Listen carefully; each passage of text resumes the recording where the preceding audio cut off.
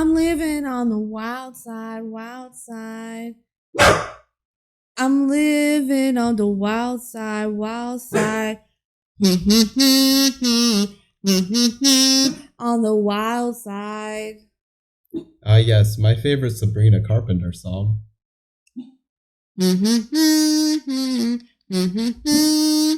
Wild.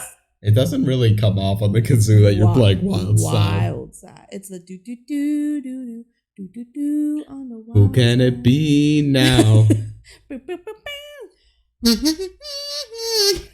Yeah, that's what it sounds like to me. I feel like Sabrina Carpenter and Sophia Carson may have ripped off Men at Work. I feel like we have uncovered the scandal of a century.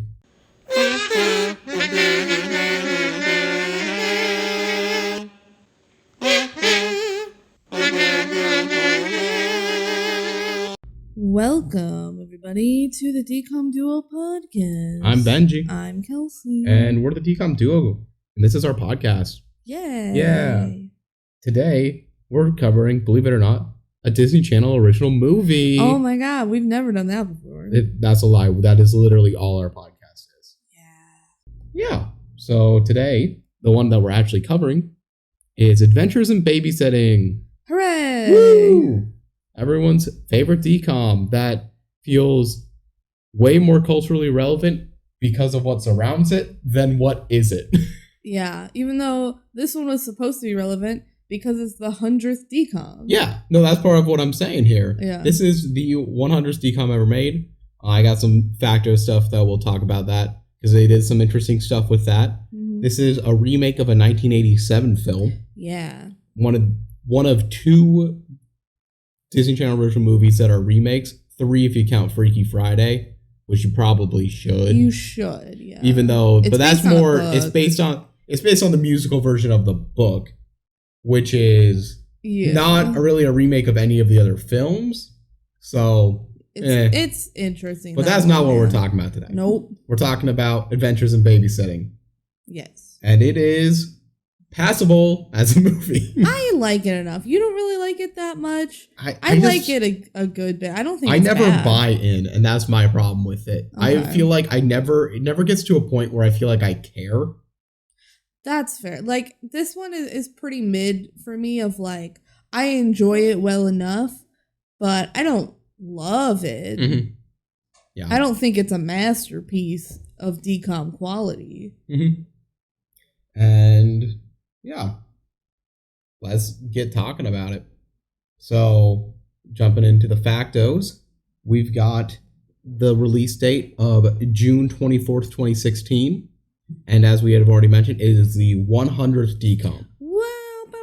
Which this is actually significant. I'm going to jump a little bit ahead and say this. There have been 100 DCOMs up in saying this is the 100th one.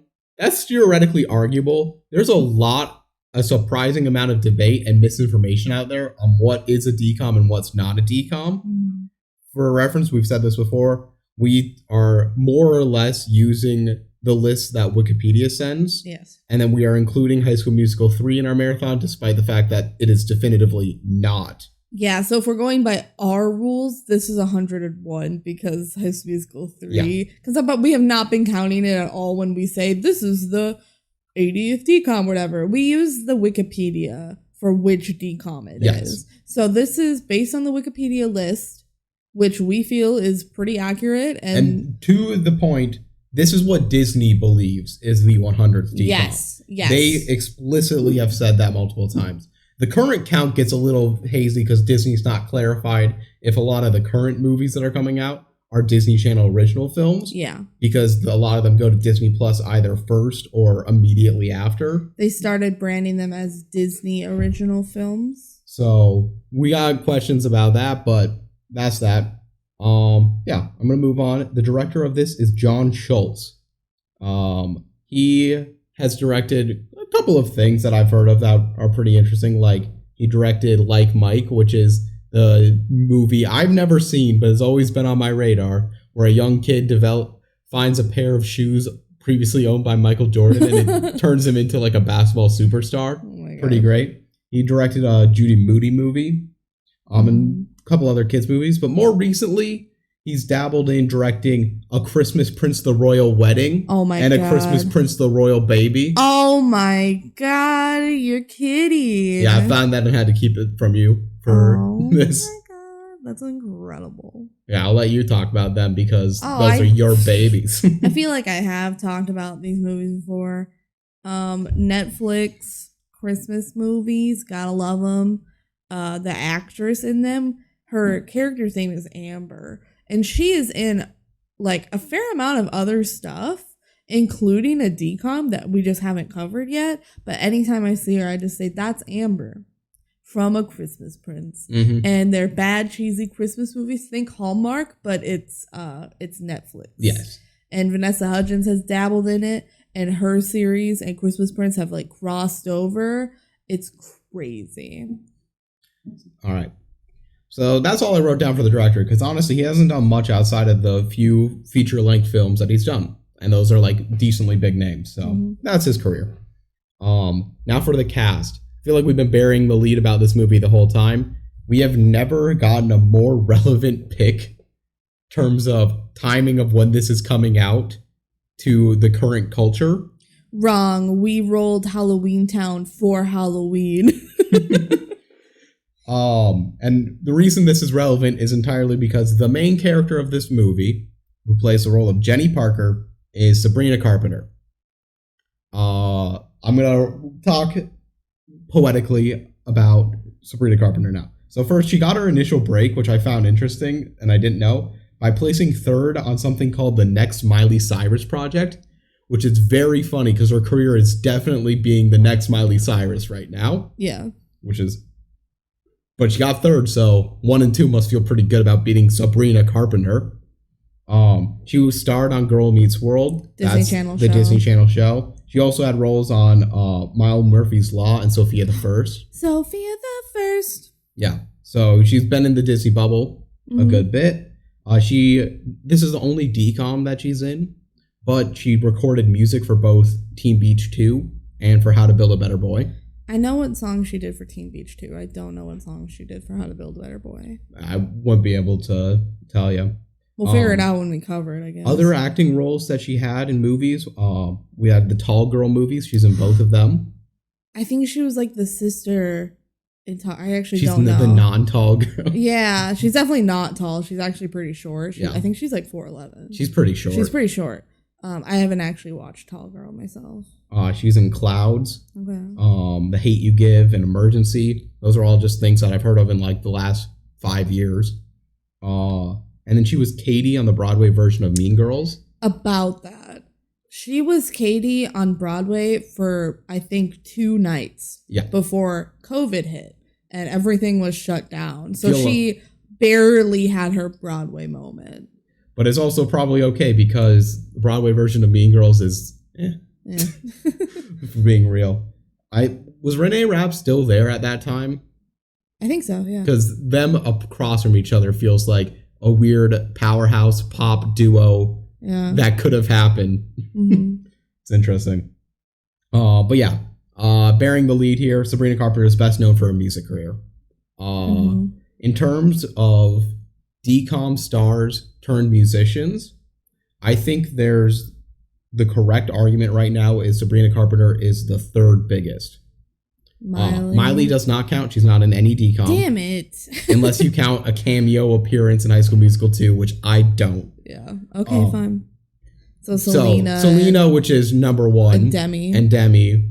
And I don't think anyone else, like Dove Cameron's had a hit on radio, but not as big as Sabrina Carpenter. Vanessa Hudgens had some hits, but not where Sabrina Carpenter is right now. So her music career, she had several bubbling under hits through 2020. Like, she was existing with a fan base, but it wasn't big. But it was it was a precipice of being big. During her time on Disney Channel, she made a bunch of music because she had like a recording contract with them. Yes.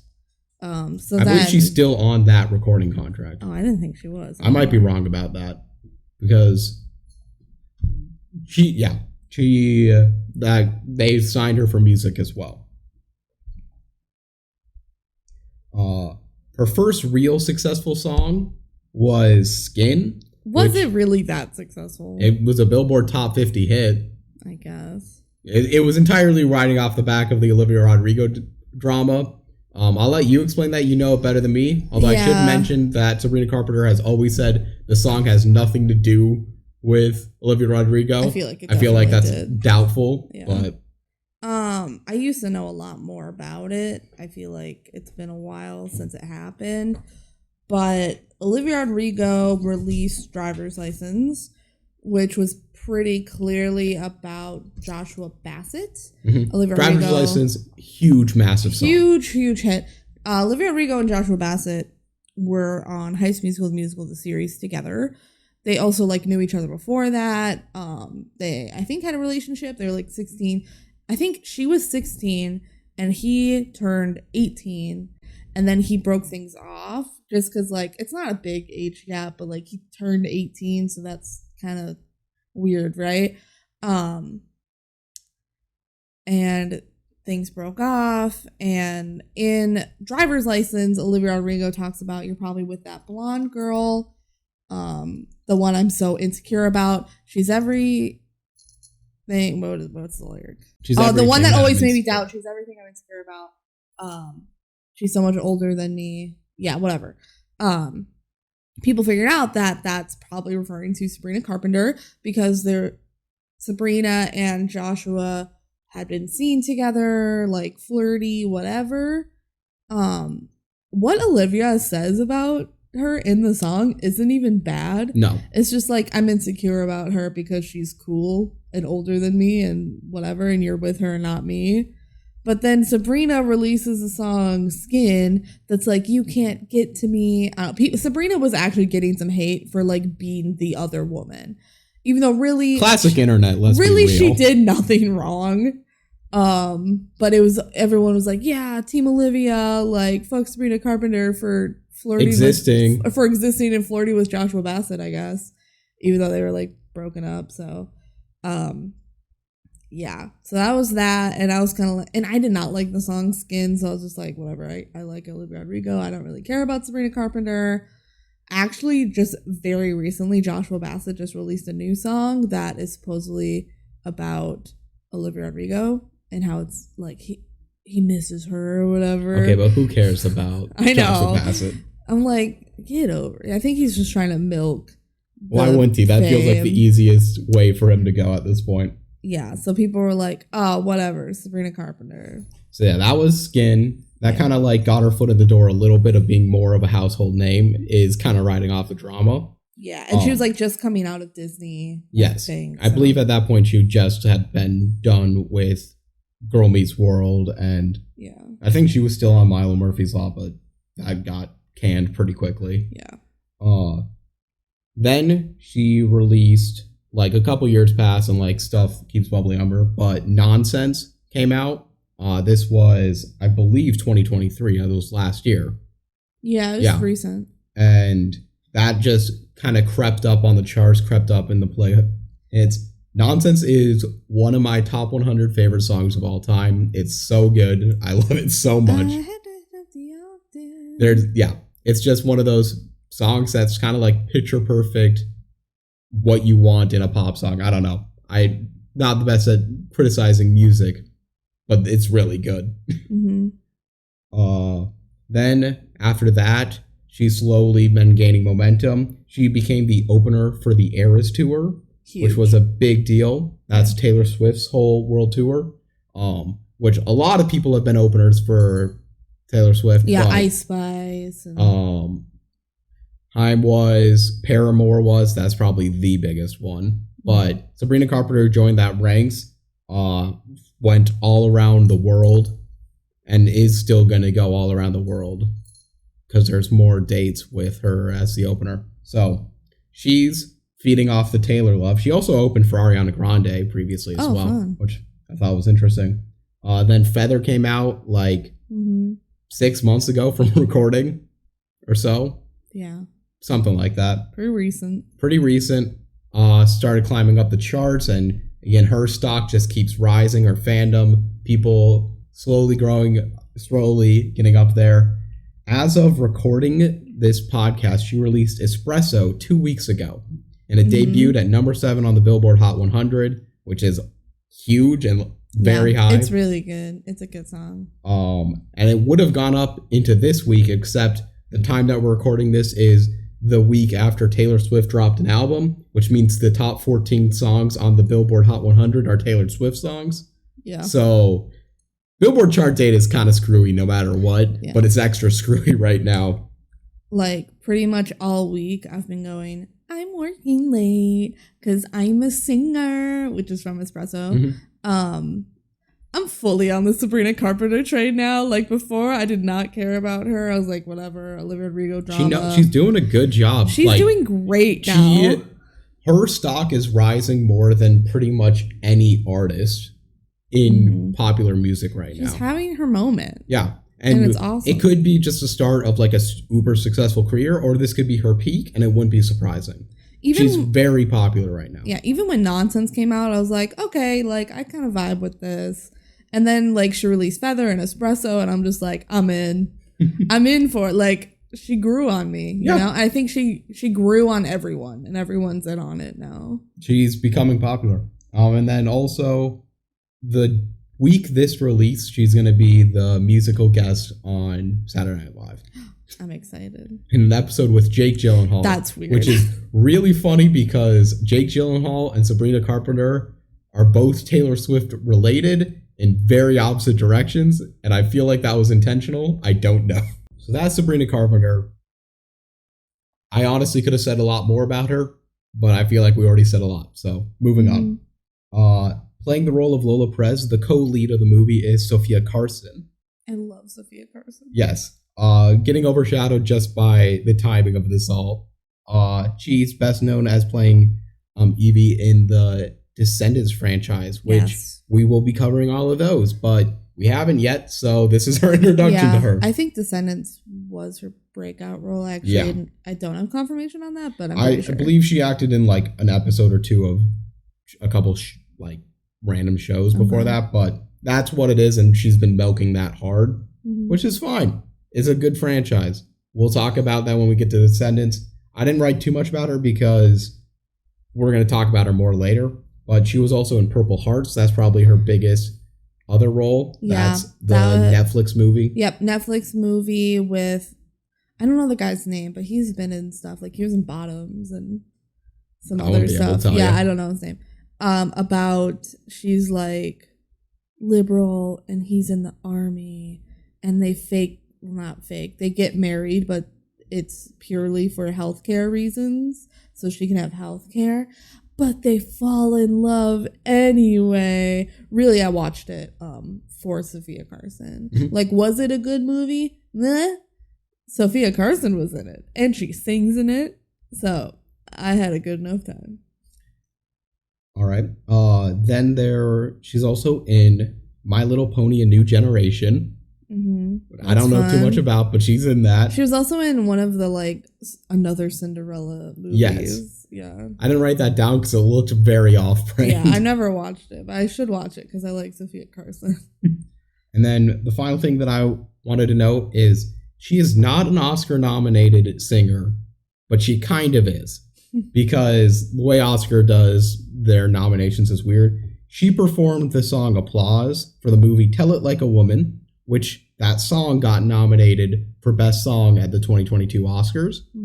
That was the Diane Warren nomination. She always gets like a song nomination every year. It's kind of a semi-controversial thing, but she performed at the Oscars that song. So that's cool.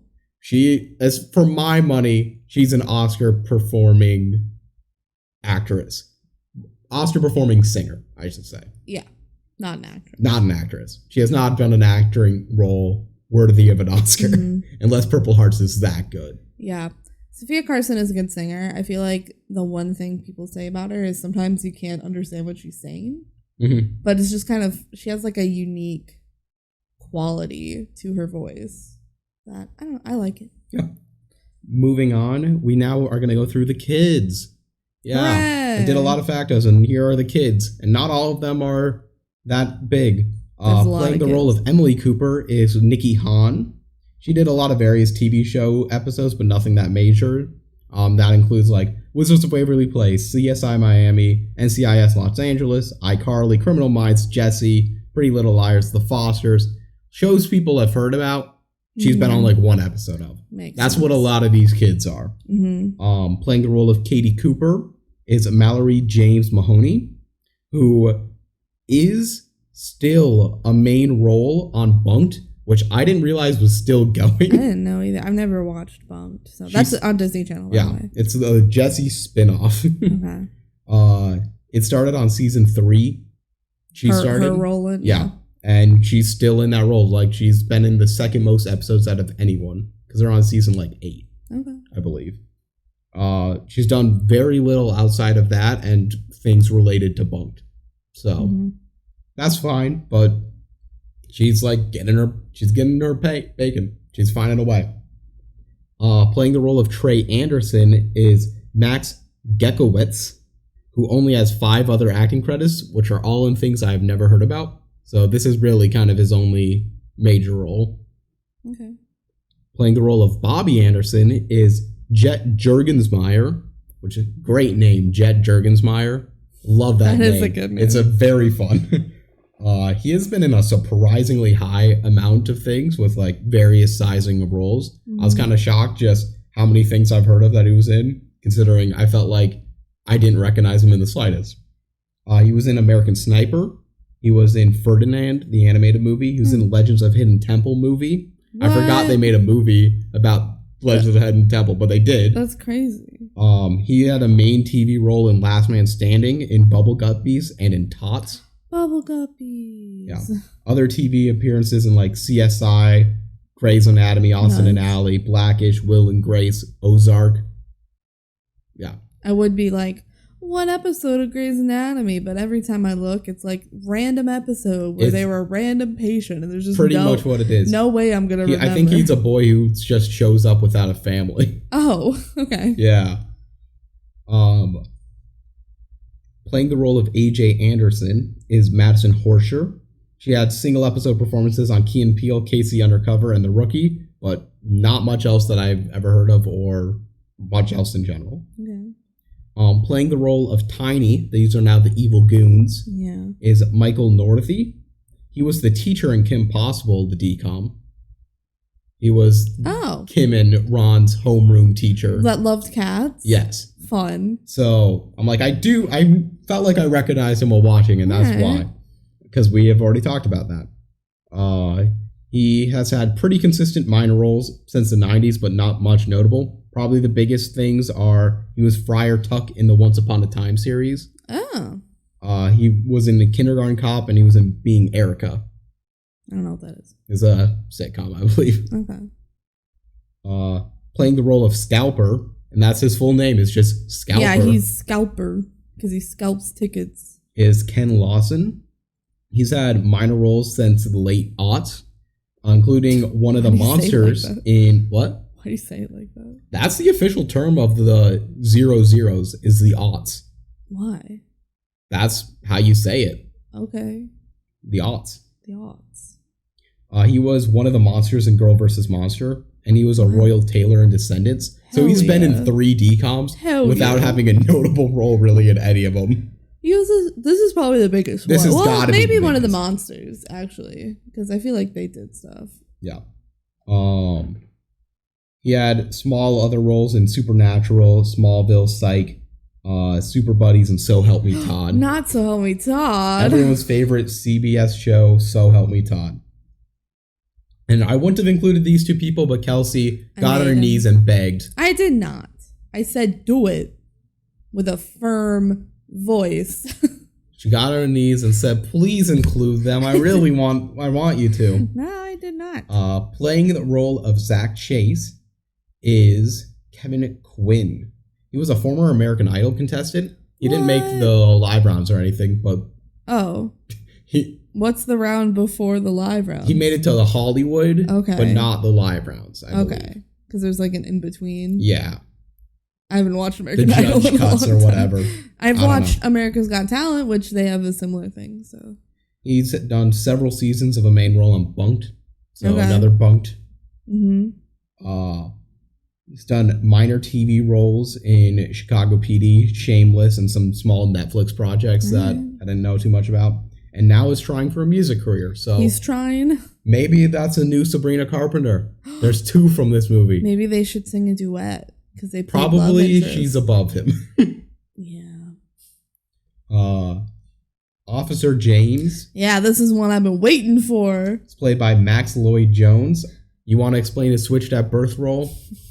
I knew watching this movie, I'm like, he looks so familiar. And literally, I'm like, I'm just going to look it up. And you said out loud, switched at birth. And that was the answer. Show, I know. You just randomly guessed that that's how I knew him. And you were right. He was on Switched at Birth. He was in season 2. The best one. I don't have an opinion yet. I'd have to think about it. It's possibly season 2 is the best one. But he was in I think it said 8 episodes where he was a new character / love interest. And then he just after a while he just disappears, which happens to a lot of the love interests on Switch at Birth actually. They're there for a while, they're a love interest, and then they're gone. And you never see them or hear of them again. And that's what happened to him. He was a pretty big character for the 8 episodes he was in. But then goodbye. Max Lloyd Jones was also one of the apes in War of the Planet of the Apes. Fun. So they have people play the apes? Yeah. Yeah, I guess. What do you think? They got apes playing the apes? I don't know what I thought. Yeah, they gotta do the voices and stuff. Keep going. And he had a minor role of Lieutenant Reed in the Star Wars Disney Plus shows. I don't follow those, so I didn't know about that, but he was in Mandalorian and the Boba Fett show. He's in both? Yes. Okay. Good for you, dude. Yeah. And next, we'll move into the fun facts. But before that, quick shout out to our fan mail. We didn't get fan mail. We don't have fan mail. Yeah. But if you want to ever send us fan mail, email us at thedcomduo@gmail.com. Cool. That's thedcomduo@gmail.com. Cool. Fun facts. Yay. So, as mentioned before, this is a remake of the 1987 Chris Columbus film. It was Chris Columbus's debut film. You don't recognize that name? Christopher Columbus, who sailed the ocean blue. No, Chris Columbus, which is also different than the singer. What? Isn't there? I might be thinking of someone else who did sailing. I'm thinking Christopher Cross. That's different. Christopher Cross. Yeah. No, he's unrelated completely.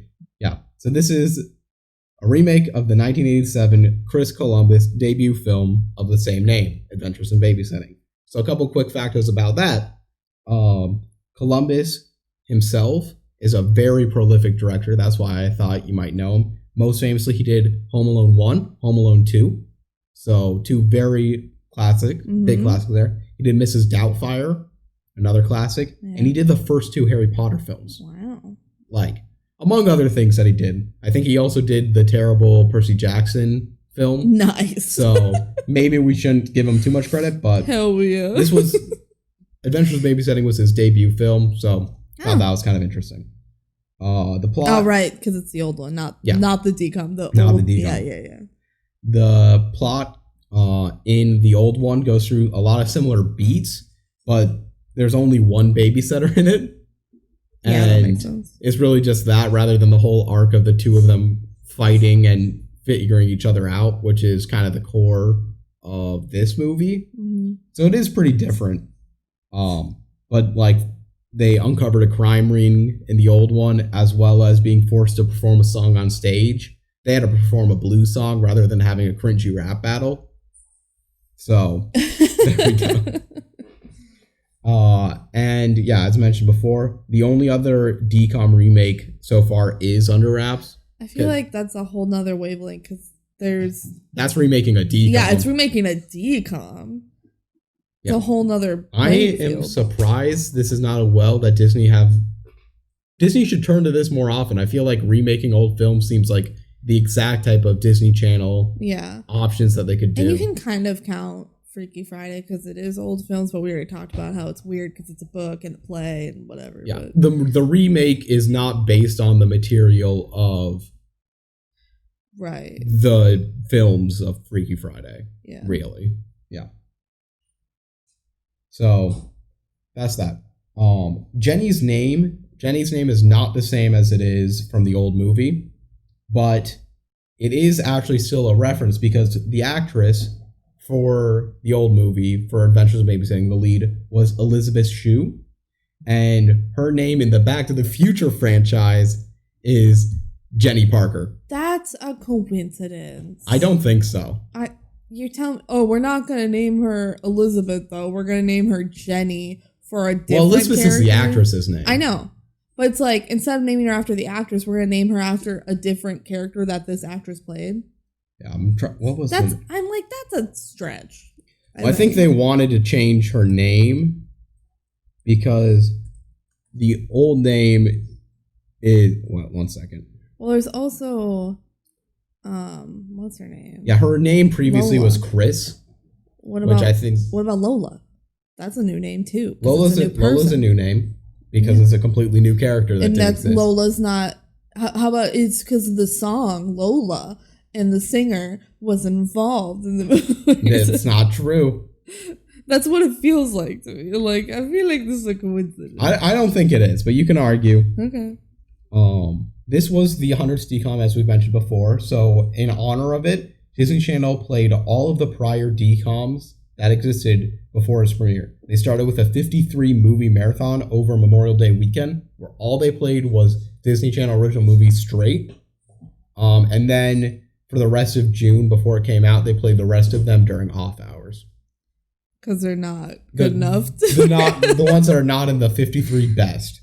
In the old so they didn't go in order. They went with we're gonna go with the 53 that we like, and then play the rest in the middle of the night. Yeah, which is probably the right way to do it. Yeah, especially because don't make the youth see you lucky dog. Yeah, and they're like, we want to keep playing our shows, our primetime shows, probably. Yep. Oh, what a time to be alive! We did not watch this marathon. It was in 2016. We were in high school. We did not watch every Disney Channel original movie until the pandemic. So, but wouldn't that be fun to be like, oh, every Disney Channel original movie's playing on Disney Channel? I feel like I don't really remember it happening. I was off the Disney Channel grind. I was 17, so. Yeah. We were too old for it, unfortunately. Yeah. The lead out of this film, so often with Disney Channel original movies that Disney's excited about, they'll put something big as the lead out. And it was the series premiere of Bizaardvark. With Olivia Rodrigo. With Olivia Rodrigo. I'm just saying that connection's there. Also, Jake Paul's in that show. Ugh. That's a show that we will not really ever talk about because A, neither of us have seen it. And B, none of the people in it, I believe, have a DCOM. Mm-hmm. Yeah.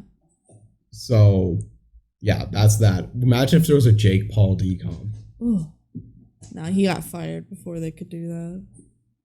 Yeah. And now he boxes. Yeah. And then finally, this was in development for years. The script was. Really? Originally, Raven-Symoné was attached to the cast. She was going to be it. It was going to be a 2010 in theaters movie. Interesting. Yes. And then she dropped out. And then Miley Cyrus was rumored to be a part of it, but Miley said no. And it looked like it was going to get scrapped completely until it just kind of happened. So they figured it out. It got made. Yeah. Mm-hmm. And then that's all I got for fun facts. There's a lot in there, but yeah. Cool. You ready for the Disney Plus subscription? Give me the Disney Plus subscription. After a phone mix-up leads to a case of mistaken identity, two competing babysitters come face to face. What seemed like a typically dull evening of babysitting suddenly turns into a wild adventure in the big city when one of the kids sneaks away for a concert. The crew now must turn the city inside out on a wacky adventure in search of a kid gone missing. I love they said wacky. That's like me writing the descriptions of our podcast. Mm-hmm. I say it's pretty wacky. They make it sound like the missing kid is way more relevant. Like they find him pretty fast. Yeah, but they're trying to not spoil anything. This is a very not tell much compared to some which explain the whole plot. It's fine. Also, the wild. You didn't even talk about the song. I figured we'd do that when it played.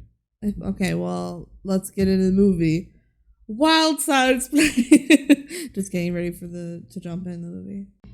I'm ready to a ring of endless light into the movie. You mean a ring of endless light? Cool. So we open up on Jenny giving herself positive affirmations. She's like, "You are cool and you're smart." I don't remember what she said. She's got like pictures of cats and stuff. And then cut to Lola is like ripping stuff up and doing art with like paint, blah, blah, blah. Cool. And guess what song is playing? I'm living on the wild side, wild side.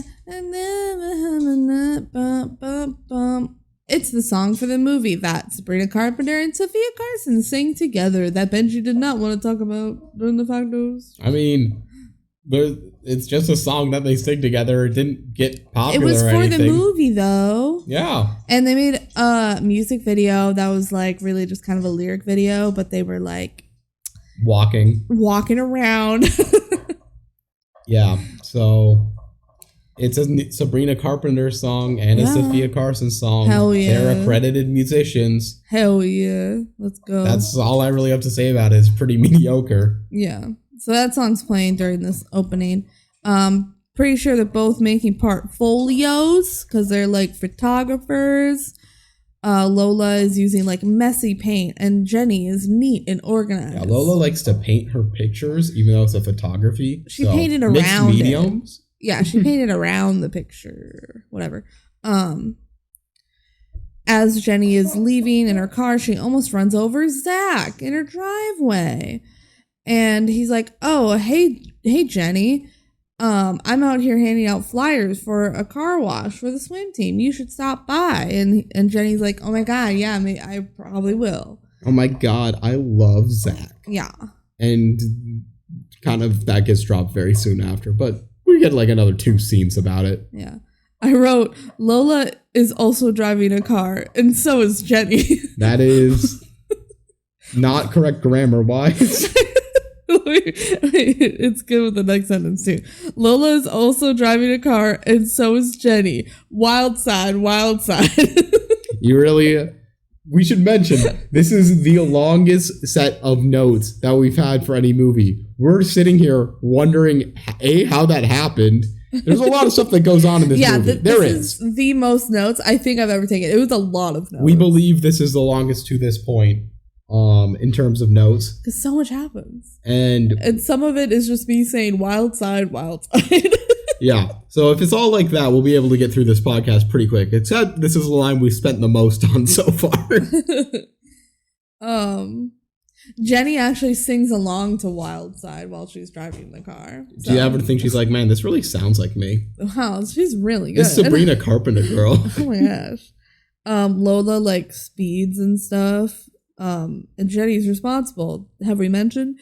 And Lola parks like badly on the road, but Jenny finds an actual parking spot. And then Jenny heads into the building, and Lola's going to, but she stops for a juice first because they're so different. Yeah, they're so unalike. Yeah, Jenny talks to herself some more with some like positive affirmations, which is something she does a couple times in the movie. It's not like super relevant. Nobody ever calls her out on it, I don't think. Lola is like on the phone and she's like, "I don't need to do college. I do art. Okay, bye, Mom." Yeah. She was talking to her mom. So she has somewhat of a family relationship. We don't really hear about these people's families much at all. No, because it's not really necessary. Like these two are... Lola is past high school. Like she's already graduated. She is supposedly over a year out of high school. She's probably like 19. Yeah. And Jenny is 17. still... Yeah, she's still in high school. She said she like skipped a grade, Yeah, or maybe she's she's graduating 16. early, or something. She says, I wrote it down somewhere. She's trying to skip a year and go to college a year maybe early, I didn't maybe. write it down. She's like really smart and she's young. She's graduating early, whatever. For like, she's getting early admission to college. Just for context. Lola walks in and thinks Jenny is the secretary, but she's not. They're both finalists for this photography internship with this really cool photographer guy. Mm-hmm. And we see him and he's a weirdo, but you know, apparently he's really good at photography. They hand over their portfolios to the actual like assistant guy, secretary, I don't know. And Lola's like, oh, mine's still wet because there's like paint, which I can't believe it's still wet when she drove it all the way over here. Mm-hmm. But whatever. Then both girls sit in the lobby and Lola's like, oh, hey, did you go to the same high school as me? Like, oh yeah, you were that nerdy sophomore girl. Yeah, they know each other barely, but they do. Jenny's like, I'm on track for early college admission, and Lola's like, college is so lame. And Jenny's like, it's not lame, and you know, I've done really good. I'm gonna get early admission, and last thing I need is this internship. It's gonna round out my transcript. And my passion for photography. Duh. And Lola's like, okay, well, I opted out of college because it's lame. And I want this internship because I love photography. Like, I actually love it. And I'm not here to round out my resume. Yeah, so can you guess which one's going to get it in the end? The one that loves it for what it is or the one that's doing it for a resume? Take your guesses now. Resume. I relate more to that. Let's be real. I can't believe that she's like, clearly the best way for me to get into college is to add a photography internship to my resume. Yeah, Did she need something artsy? I'm wondering, yeah, maybe. She says I'm good at grades and stuff. So she's just trying to get into every Ivy or something. I don't know. Like, yeah, this probably would help, but an internship feels weird. The fact that it's an internship and not, like, a competition to win. I feel like she could just focus on academic stuff and get into school. Yep. Oh, definitely. Yeah. I think she realizes that by the end of the movie, too. She's like, I'm good enough. I don't need this. Yeah. Then Jenny gets a call from Professor Anderson, and she's like, Professor Anderson, is this about my letter of recommendation? And she says, no, actually, I need a babysitter for tonight. My babysitter fell through, and Jenny's like, oh, actually, I'm already babysitting for the Coopers tonight. And Professor Anderson says, oh, that's okay. Just, you know, if you know anybody, let me know. Okay, cool, bye. And Lola's like, you babysit? And Jenny's like, yeah. And Lola's like, that's so lame and probably super easy. And Jenny's like, actually, I make like mad dollar bills. Yeah, I get 20 per hour, double on holidays. Yeah. Like, yeah, you go, girl. That's above minimum wage. And Jenny's like, it's not easy either. Cool. Then Mr. Photography dude comes over and they both like kind of get up like, oh, and they spill Lola's juice on the floor and they drop all their stuff. And it kind of has this slow-mo moment. You'll see why in a minute, but something happens. And he comes over to the girls and he's like, I've decided to not interview you.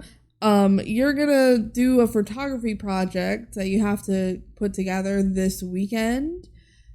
You know, since you both are so different, let's go unconventional. And like, I want you guys to dazzle me. So take some new shots, be innovative, show me passion. And then Lola like speaks Spanish because I think he's Spanish. Yep. And then Jenny also speaks Spanish, but in a clearly English white person accent. Yeah, American accent, but she is speaking Spanish, so she knows Spanish. But like, yeah. He's like, all right, you have the weekend, so give me my project. I like how Monday. He doesn't even really look at their photos or anything. He's like, I'll do it on a short notice. What if you just submitted the same photos again? No, he said take new ones. That was specific in the instructions. Yeah. you mentioned the spilling of smoothie. It's technically a goop moment. It's barely shown. Yeah. But Does it is. get on? Oh, yeah, it gets on Lola at least. Yeah. It gets on them. It honestly, they don't ham it up, but that's probably a good thing because from my count, there are 5 goop moments in this movie. That's how you know this is a modern DCOM. This is honestly in a lot of ways such a stereotypical DCOM. We have the same, is one of the 3 DCOM plots of we didn't like each other, but we learned to respect each other and understand each other. Yeah, through our wacky adventures. And also follow your dreams. Yep. And also random music moments. There's a lot to this film that's very stereotypical DCOM. Mm-hmm. So I guess good fit for us 100s. True, yeah. Okay, so then they leave. Lola's getting a ticket on her car because she parked it in like a no parking zone. And she tries to tell the cop, she does this a lot. Yeah. She's like, no, I'm here, don't give me a ticket. And the cop is really cute. Then her phone rings, but it's a Beethoven ringtone. That's Jenny's ringtone. It was for Elise. For Elise, the cop points it out. And yeah, he's like, oh my God, I love For Elise. I love Beethoven. And she's like, oh my God, me too. This is definitely my phone. So Lola actually answers the phone. I don't know why she doesn't just let it go to voicemail. This is not her phone. But whatever. She answers, and it's Zach on the other line. Oh my God, Zach, dreamy boyfriend guy? Dreamy boyfriend Zach is like, oh my God, hey Jenny, do you want to go to this really cool concert with me tonight? And Lola's like, oh my gosh, I love that band. But then she looks at dreamy cop boy and is like, oh, but I don't want to go with you. Like, you're kind of lame and childish. Bye-bye. Bye.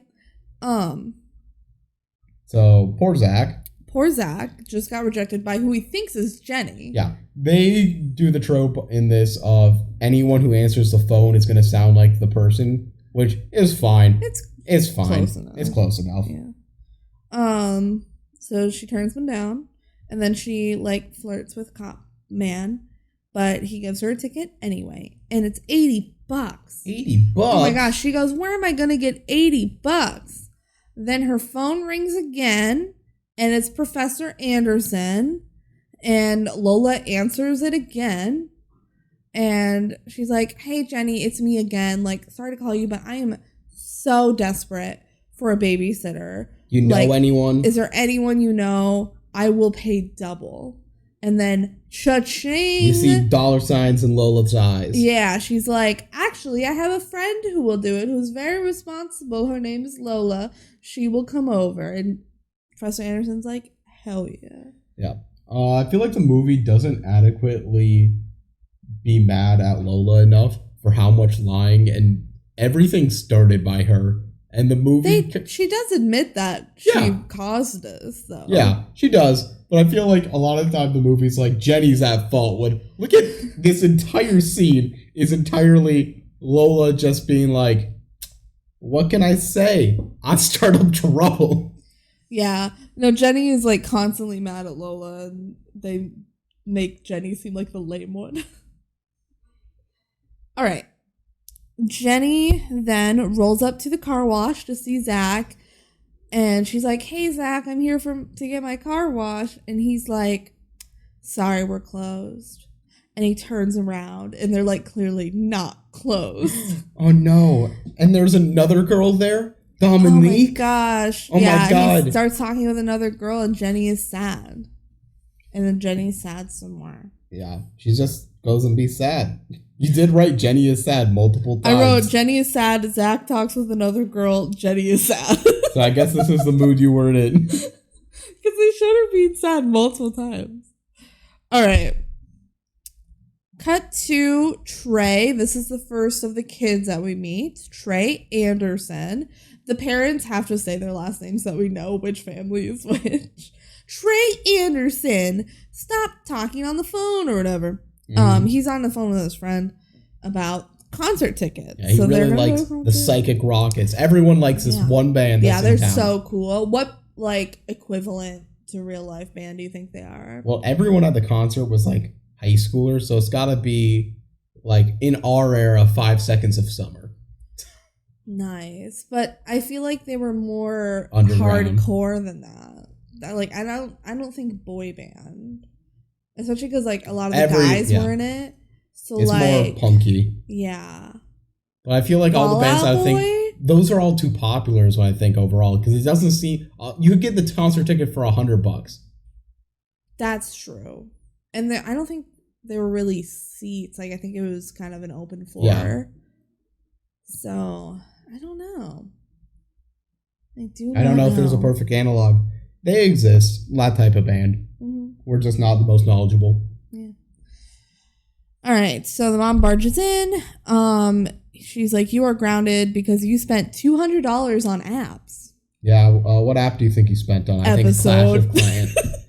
That's just you. That's me. I probably spent $200 on episode. Yeah, Clash of Clans is a good call.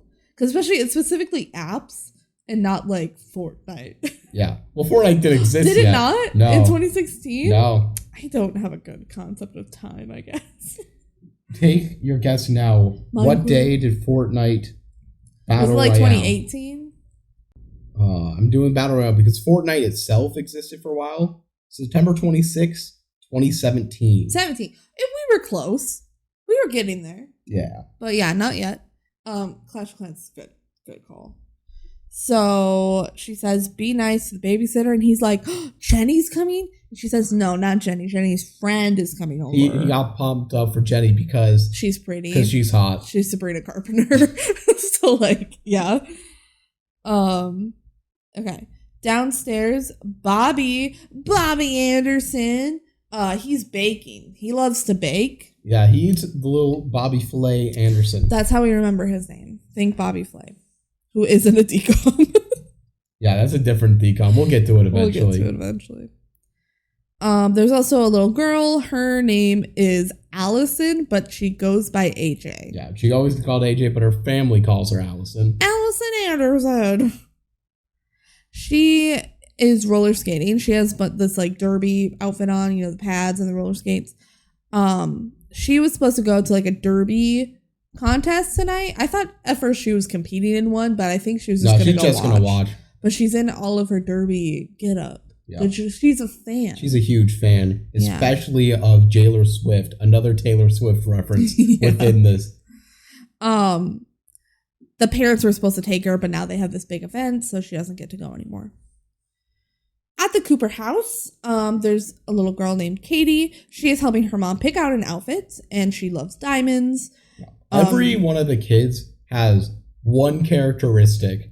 They're one-dimensional, really. Maybe Emily. Emily doesn't have a hobby like the rest of them do. I guess neither does Trey. Trey says, I want to sneak out. And go to a concert. And Bobby's cooking. Yeah. AJ. Roller derby. Katie, who we're just talking about, she's just, I want to go to a gala. Yeah, she's very fancy. Yeah. And then Emily, who's the last one, is, no one notices me, so I want to do rebellious. Yeah. She's like in her kind of emo punk phase. Yeah. Cool. She mentions that her sister's about to shave her head. That's Emily. So the mom runs in like, what? Don't shave your head. And Emily's like, you snitched on me. And Katie's like, you don't have the right head shape for a buzz cut. Pretty savage, bro. Let's be real. Katie's hilarious. Mom says, don't shave your hair, Emily, and also be good for Jenny because she's coming over to babysit. Cool. So then Jenny shows up to the Cooper house. She like pulls up in her car, and that's when she realizes that she has the wrong phone. Took her a long time to realize, but I guess if you're not on your phone all the time like me. Well, she was driving, I think. She drove to the car wash and then probably drove to the Cooper house right away. Yeah. So she's not on her phone. The phone rings and it's like not her ringtone. So she's like, what? Yeah, just imagine not having directions on your phone, though. It's 2016. You could. But I guess she just knows it. She just knows how to get there. She's responsible, I guess. I don't know. She answers the phone. Why do these people keep answering each other's phones is what I want to know. Well, that could be, you could be thinking it's someone else calling to say, hey, I accidentally found your phone. That's true. Because I think she does try to call her phone. Yeah. And there's no answer. Or actually, they do answer, but that's later. She answers the phone, and it's a random guy who's like, Lola, come to my toga party.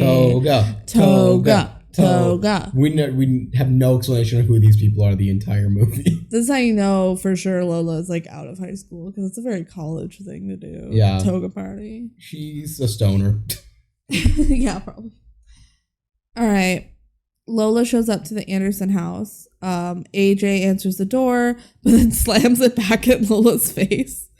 But then Professor Anderson lets her in. She's like, hi, Lola. Thank you for babysitting. This is Bobby. He's making a bunch of cupcakes for the competition tomorrow. It's like a cooking competition. Clean up the kitchen. Yeah. Once it's done. Also, he's looking for a perfect ingredient. He's like, it's missing something.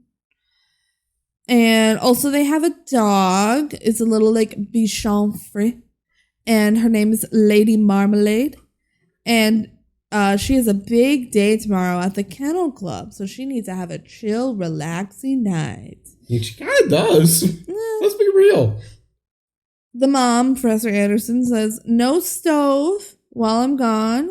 And no hot tub. Okay? Also, if you could do some laundry for me.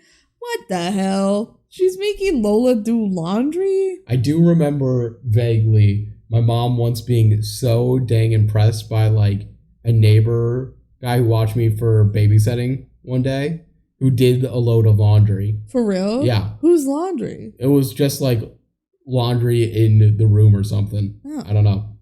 And I remember her being really impressed. Maybe I'm misremembering that was something else. I feel like, I guess since she's explicitly asking her to do laundry, it's fine, but I would never just like touch other people's clothes and stuff. Maybe if it was like towels or something simple like that, you know? She's just like, if you could just do laundry, okay. And Lola's like, yes, okay, yes, I am responsible.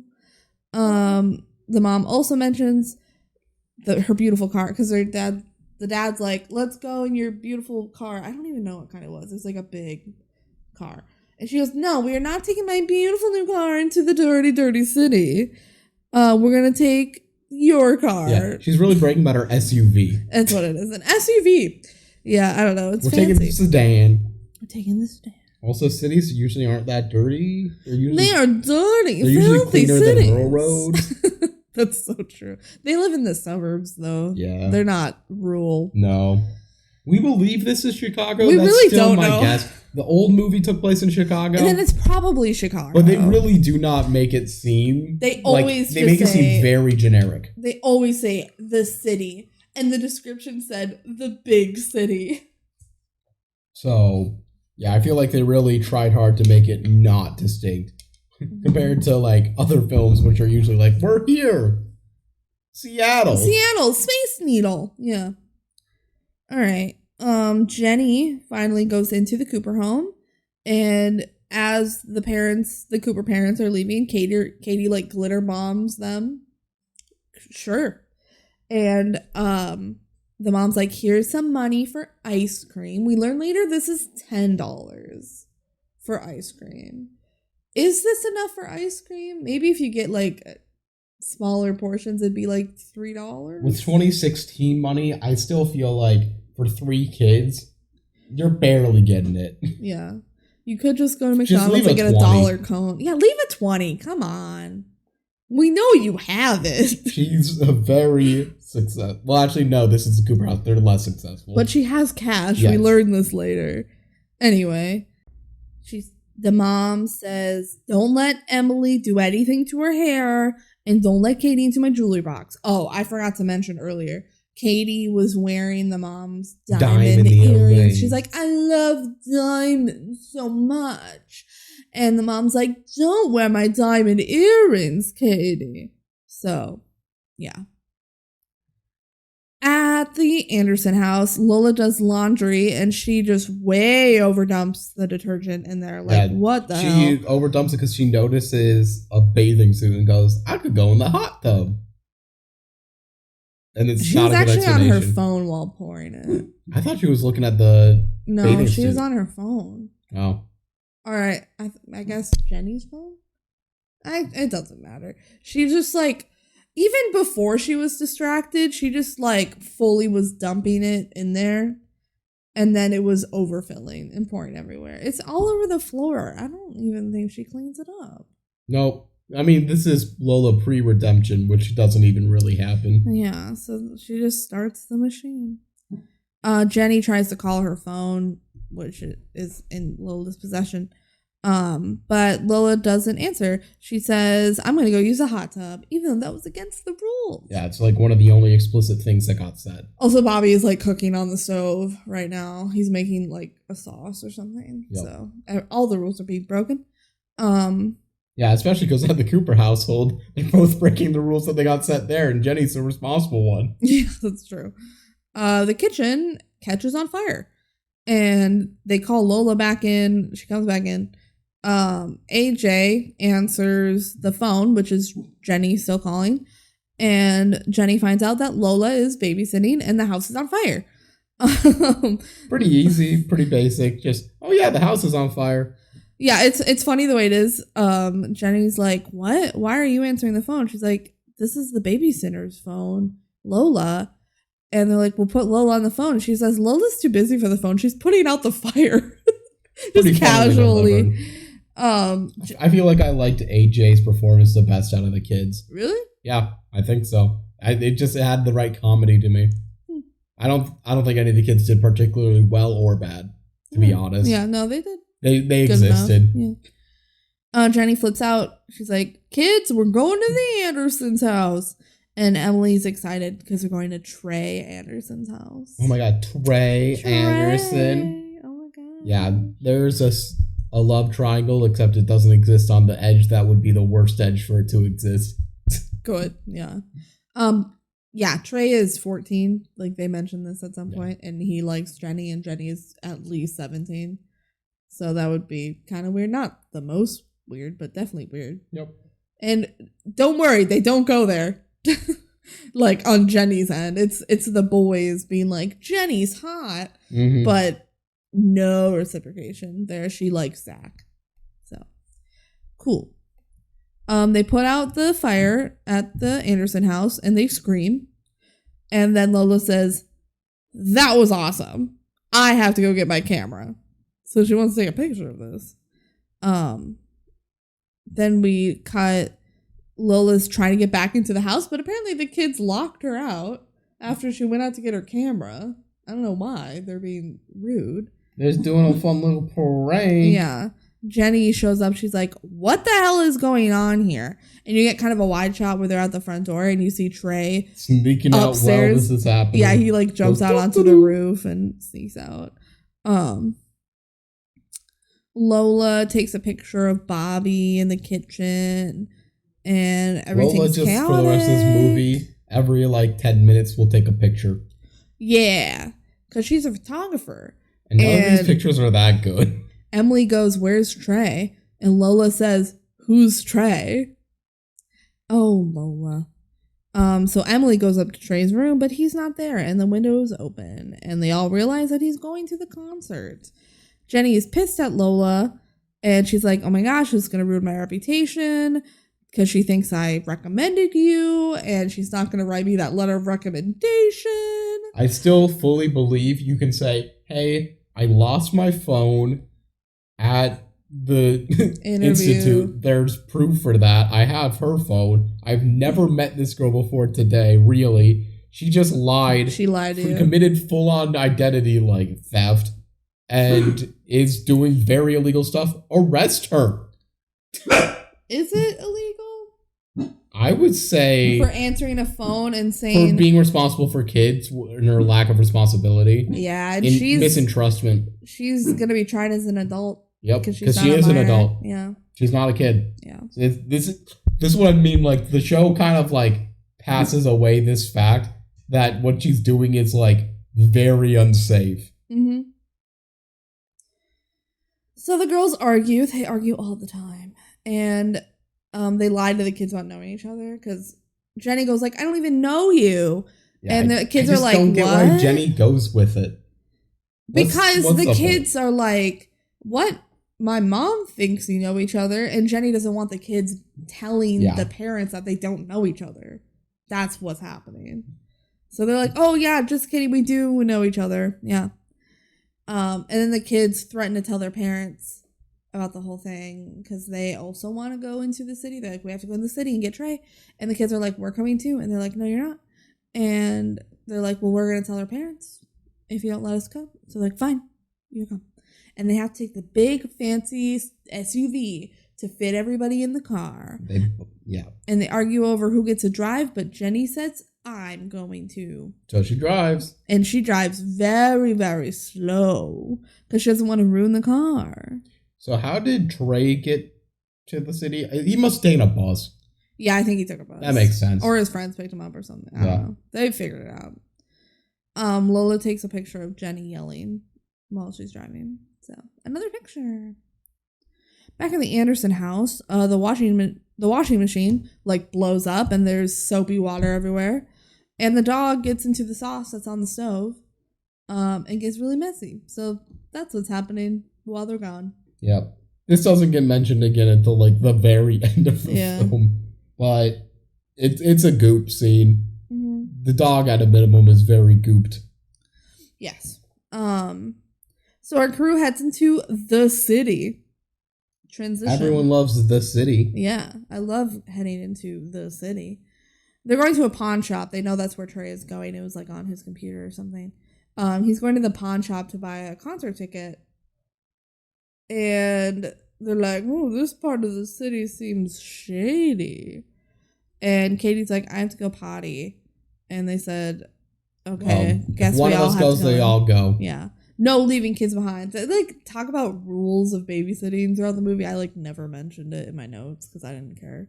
Yeah. But yeah. And if one of them got left behind, they would have avoided a lot of problems in this movie. She doesn't even go to the bathroom in this pawn shop. Like, it's stupid, but whatever. As they go in, we see that they parked at a place that has a no parking sign. Jenny, what the heck? Yeah, this was Jenny driving. This was not Lola for the first time ever. Mm-hmm. All right, in the pawn shop, pawn dude, his name is Tiny. He's arguing on the phone.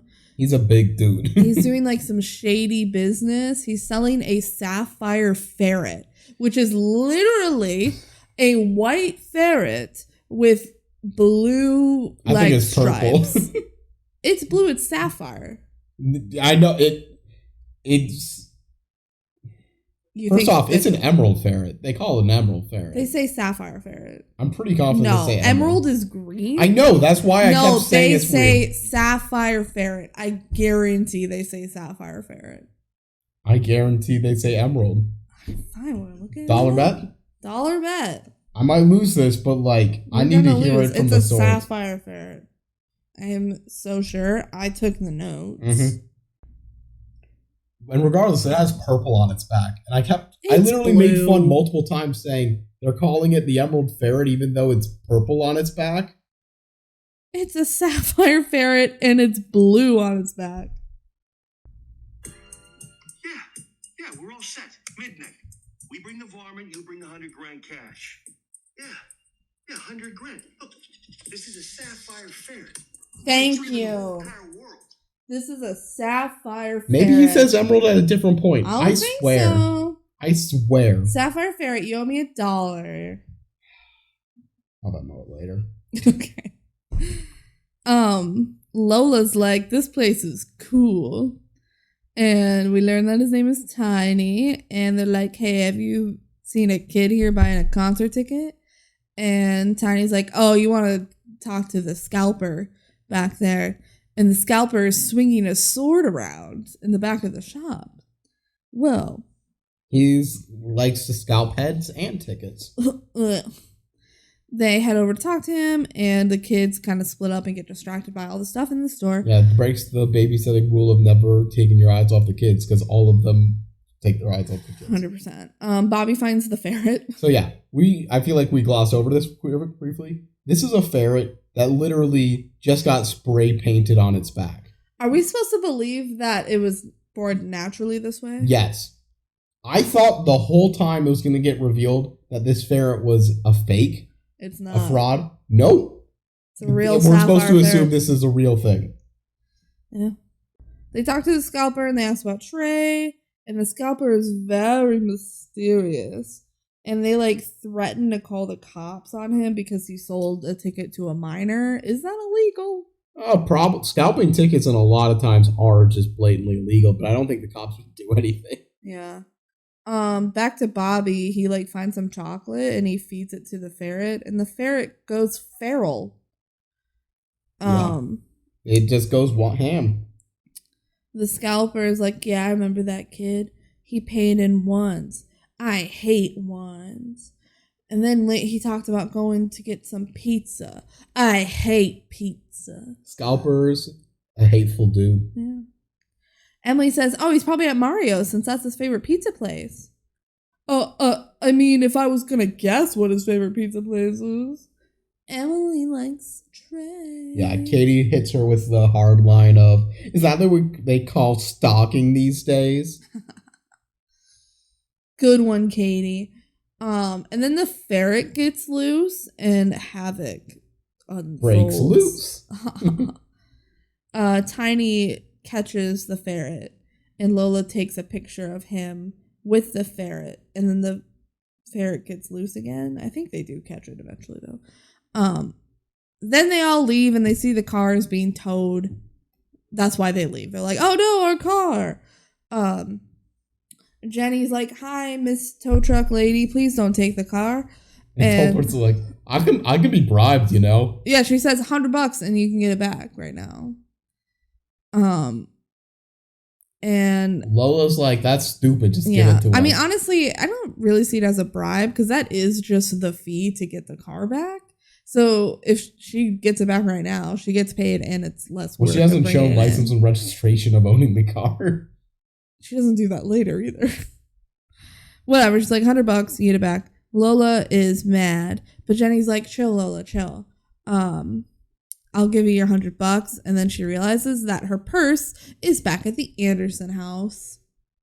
She didn't bring her purse. She left her phone in their purse because she doesn't use her phone through like the majority of the rest of the movie. Apparently she does have her phone. Yeah, she uses it later. Like, she had her phone this whole time. But no, she just doesn't have money or like information. Maybe she doesn't have her license on her either, probably. Yep. My goodness, Jenny. What happened to you? You were supposed to be like the most responsible person ever. Yeah, she got distracted by Lola. Yeah, Lola is crazy. All right. She says, anyone have money? And she turns to Lola and Lola's like, why do you think I'm babysitting? Of course I don't have money. Yeah, that's duh. So the tow lady's like, here's my card. We close at midnight. Come by then, I guess. And then she drives off and the car goes through a big nasty puddle that gets mud all over the car.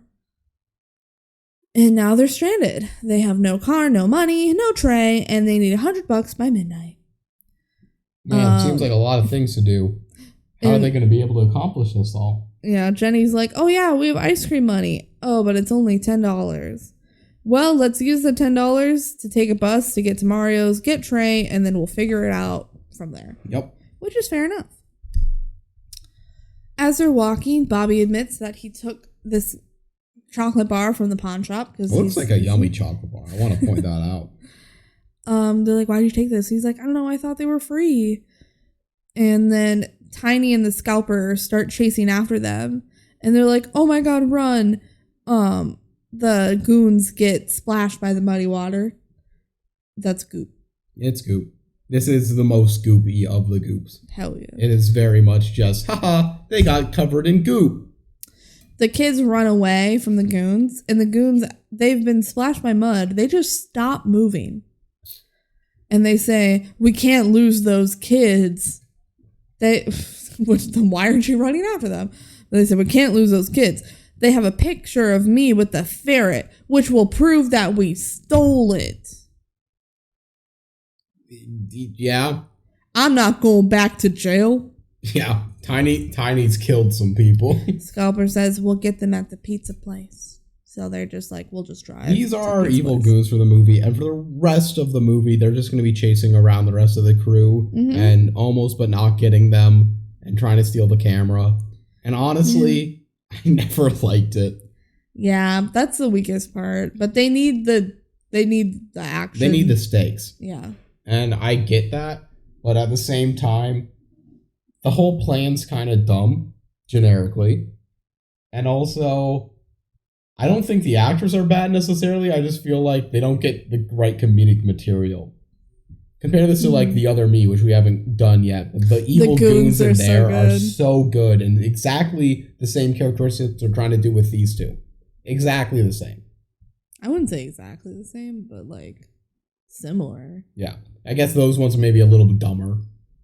Which ones? The Other Me ones. No, they're like actually scientists. Yeah, but I'm saying dumber in terms of sense. Maybe, yeah. All right, so our crew makes it to the bus stop.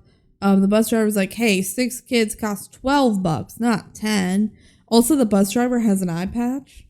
I feel like this was just something the guy playing the bus driver's like, I'm going to give this character maybe he always wears an eye patch. Maybe he does. It did not look like a real eye patch to me. I think he's just like, I want to do something fun with this character. He's tough. He has an eye patch. So they have a whole argument with the bus driver where it's actually Lola and Jenny just arguing with each other of who's causing all the issues. Yeah. And while that's happening, the bus driver says, y'all, I don't really care. Just go sit down. Yeah. During the argument, Lola accuses Jenny of not even knowing the fancy photographer guy until today. Which I don't know why this comes up in the argument, but it does. She's like, you don't even like photography, do you? It's like, I thought we were arguing about needing $2 more. I don't know. But yeah, the bus driver's like, just shut up and sit down. And when Lola snaps a pic of Carl, the bus driver, yelling at Jenny. Whenever these pictures happen, we should mention, it's like the picture happens, the screen flashes, and you see like the printed out Polaroid of the picture for like 5 seconds on camera. Yeah. Like, these are significant moments of screen time. Yes. All right, so we get to Mario's, the pizza place. They find Trey. He's with 2 of his friends, and one of Trey's friends is like, oh, Jenny's hot. And Trey's like, oh, hey, Jenny, you look great. And then Emily's like, hey, Trey. But he ignores her. Oh. And she's sad about it. And they say, let's go, Trey. And he's like, no, I want to go to the concert. And they're like, no. Also, we need $100 to get the car back still. And Lola's like, well, why don't we just scalp Trey's ticket? Like, we'll sell it for money. Which is a pretty good plan. Yeah, that's exactly what just happened to them. Could they go return it to the scalper? Probably not. Yeah. And he's like, no, I don't want to sell my ticket. And then Lola is like, well, I could just call your mom instead and tell her that you snuck out. And he's like, fine, we'll sell the ticket. Yeah, he's really down $100 because that's his money he spent. Yeah. So, well, he could have saved $100 on Clash of Clans, so maybe he got his own financial decisions. Then Katie has to go to the bathroom because remember, she didn't go to the bathroom at the pawn shop, which is why they all went in. But now, hey, at least they're consistent. She has to go to the bathroom, so Jenny's like, okay, I'll take you to the bathroom. So then Emily tries to say hi to Trey again, but he ignores her some more. And Trey's friends are like, hey, man, you should go for Jenny. Yeah, she was totally checking you out. Dude, she likes you. What? Emily gets pissed off that he's ignoring her. So she's kind of tells Lola out her way out. She's like, I'm going to go to the tattoo place. And Lola says, cool, have fun, go express yourself. Lola is a terrible role model. That's so funny, though. Yeah. Like, honestly, what is going to happen to her at the tattoo place? She gets a tattoo. That no tattoo artist would give her a real tattoo. No. I feel like, honestly, she'd be pretty safe in a tattoo place. Like, they're pretty chill. Yeah. They'll make sure that she's okay. Also, the tattoo place is literally right next door to Mario's. So. In the bathroom, Jenny hears some girls gossiping in the stalls. And they say, did you hear who Zach Chase is taking to the concert tonight? Chase? Dominique. I didn't write her last name, but Dominique. Oh my God. Jenny out loud says, no!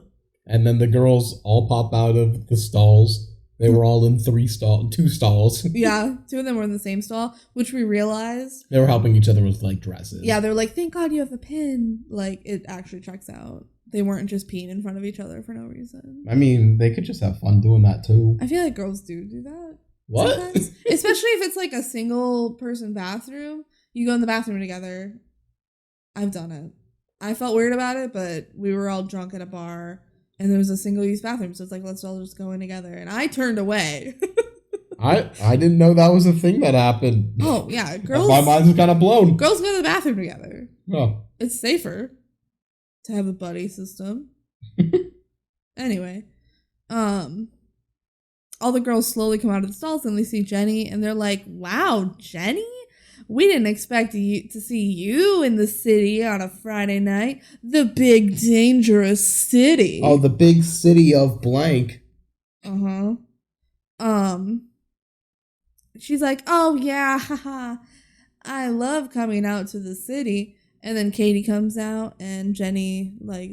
I don't know her. Let's go to your mom. Little child that I don't know. Whatever. It's just kind of awkward. Yeah, Jenny doesn't have friends. No, she's too into her studies. Yeah. In the restaurant, all the kids are missing when Jenny comes out. She's like, what the hell? Where are all the kids? She says, Lola, where are they? And Lola's like, specifically? I don't know, like around? And then Jenny finds them. She's like, okay, there's Trey, there's Bobby, there's AJ, I have Katie. Where's Emily? And Lola's like, getting a tattoo? What a good response. Then we see the goons roll up to Mario's. So they're here. Emily comes back in and Jenny's like, please tell me you didn't get a tattoo. And she's like, I did get a tattoo. It's a henna tattoo, which if anyone doesn't know, henna is just like some kind of like oil kind of ink. I don't know. It's like a dye that you put on your skin.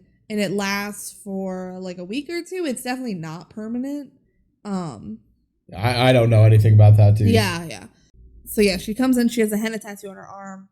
And she says, the dude did it for free because he liked my aura. It's a fun line. By the way, we haven't mentioned she's wearing like a spiky beanie that's covering her hair. This is important. She clearly has been doing something to her hair. We got even like a scene where she kind of goes like in the bathroom. I thought she honestly shaved her head anyway. Yeah. And that's why she's wearing a beanie. That's not what happened. We'll see what happens later. Lola takes a picture of her tattoo. Jenny says, how can he do that without asking me? She says, I asked Lola. And Lola's like, yeah, she did. Yeah. And Jenny says, but Lola is nobody.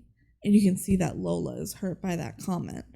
Then Bobby runs in and he's getting chased by the goons. Oh my gosh, we have to run away from the goons.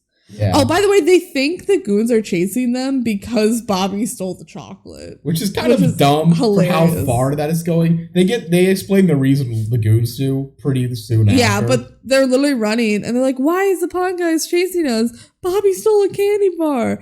And he's like, why don't you just give it back? And he goes, I can't. I licked it. It's pretty funny. It's a pretty crazy set of circumstances. So they run into just a random door in the alley. They do this a lot. This happens like 3 times in the movie. And they lose the goons. And then they go into a warehouse. And just kidding, they didn't lose the goons. They're here too. They found the random door that they went in. And so they're like hiding in this big warehouse. And they have to be quiet or the goons will hear us. And then the goons like turn on the machine. It's like a laundromat or something. A dry cleaning maybe? It looks like dry cleaning. There's a bunch of jumpsuits on like moving hangers. It's got to be a dry cleaner. It's weird. They start calling out for the kids, the goons do. They're like, come out. Let's have a reasonable conversation. We just want your camera. And that's when they're like, oh my God, they want the camera. And honestly, the whole time, they have this whole action sequence kind of where it's a chase scene. It feels like Scooby-Doo in a lot of ways when they do montages. I do want to mention it because I noticed it here and I noticed it other places in the movie. I weirdly really like the cinematography in this movie. You do, yeah. I don't know if I necessarily like it that much, but it's definitely different than other DCOMs. It is shot differently. It's shot like with a lot of intention. Yeah. And I appreciate it. Yeah. It makes each scene more interesting, even if I didn't really care for the plot that much. Yeah. So to escape, naturally, they like get in the jumpsuits on the hangar and like ride the machine out. Sure. The goons do see them, but they can't get them because they're like too high up now. So our crew runs away. The goons still chase after them through the building, and they're like stuck at a dead end there's a big drop into a laundry basket, and there's also like chains that you can like ride down. Like this is the only way.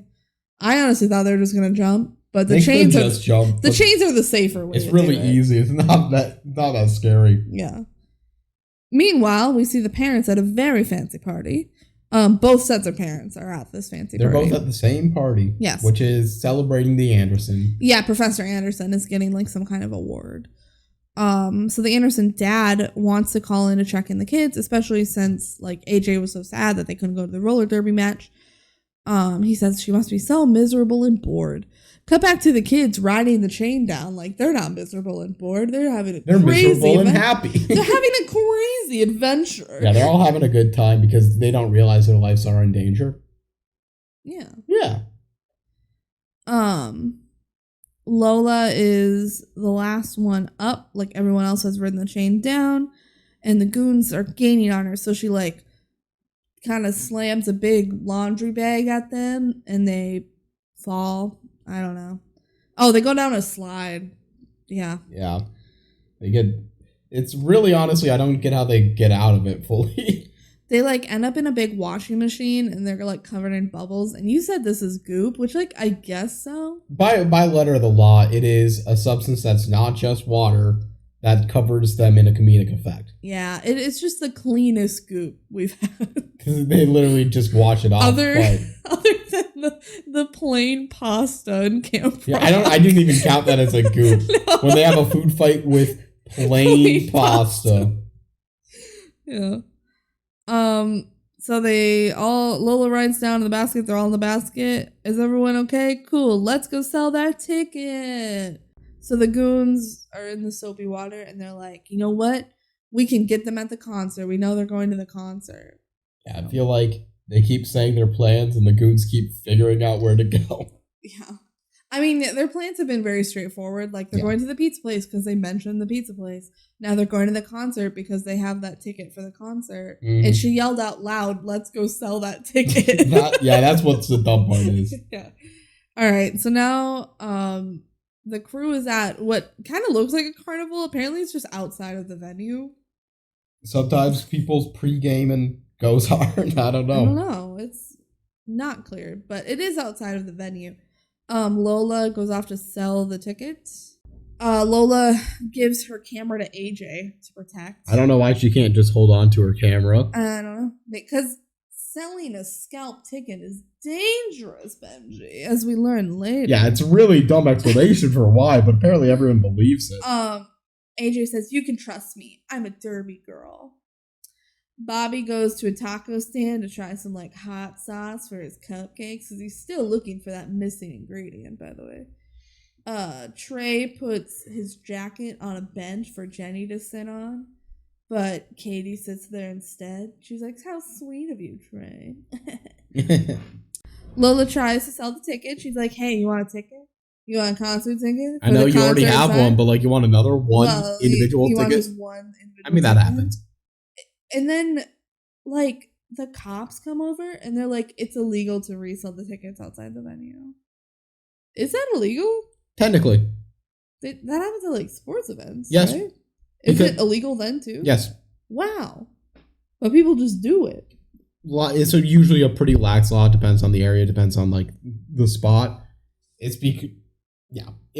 really dependent on jurisdiction, on how heavily it's enforced. But it is illegal. Okay. Is scalping period illegal? Yes. Huh. But it happens anyway. It happens anyway because also it's hard to kind of prove that it's on purpose. You can have a whole scalping scheme and even just say, I thought I was going to go to this and I didn't want to go to it, so I'm selling it. Yeah. And that's legal. So that's legal. Like the line is blurred. Yeah. All right. The goons show up and they see that Lola's like getting arrested and they say, "Stupid kid, nabbed by the cops." And then Lola gets hauled away and AJ takes a picture. She's like, she's going to want a picture of this. Yeah. Ka-ching. So then Jenny and all the kids go to the police station to try and get Lola. Lola is getting booked and processed, so they can't do anything right now. Cut to Lola telling the cops all about the pawn shop guys and the ferret. I don't know She why tells the she's whole telling story them because this. she got told to tell like what's happened today. So she explained her whole story. She's like, maybe if I turn these guys in for like chasing us and stuff, I can get off the hook. What if a cop says, "What are you doing here that night? Why do you need them? Like, why were you trying to sell a ticket?" You explain the whole story. I guess. The cops think she's lying about it because it sounds kind of crazy. Back to all the kids. Bobby whines about finding the perfect ingredients. That's all he ever talks about. AJ says, "Stop whining. I'm missing the biggest rivalry in Derby history." Trey's like, "Well, I'm missing the concert." Every kid at the end of this gets what they want except Trey. And he says it nothing. too. He says, "I miss the concert, but I'm okay with it." He's just like, "I'm here for the adventure." Jenny gives herself some more positive affirmations. She says, "You are cool. You are smart. You can handle this." Emily suggests that they call Jenny's friends. And she's like, "No." And just because like, what about your parents? No, they're out of town. Yeah, her parents are out of town, so they can't do anything. Which I guess it's good they're addressing, like, why don't they just call for help? But they can't. They should anyways. Yeah. They're at a cop. They're at a police station right now. Yeah, they are. Then Jenny takes off Emily's hat and reveals that she has green streaks in her hair. And she's like, "What is that?" That's why she was wearing the hat the whole time. She says, "What is that?" And Emily's like, "Hair dye?" She's like, "Hair dye? Are you kidding me, Emily? A tattoo? Hair dye? Why are you so irresponsible?" And Emily's like, "What the heck? Why are you yelling at me?" And she's like, "Go sit down."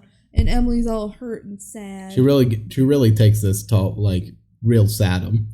Yeah, Jenny really laid into her about it. Which, by the way, her hair is dark. It's like a dark brown, maybe black. And this is bright green. This is bright green. So unless she bleached her hair, that shit ain't showing up. I wonder if it's one of those like non-permanent, because they do wash it out later. Yeah, easily, it's probably non-permanent. Where it's like one of those it's kind of like spray paint, but it's for hair. Yeah. That might show up. So maybe she did that. I don't know. Katie comforts Jenny, and then she also like hands Emily her hat back. So Katie is being good and supportive. Mm-hmm.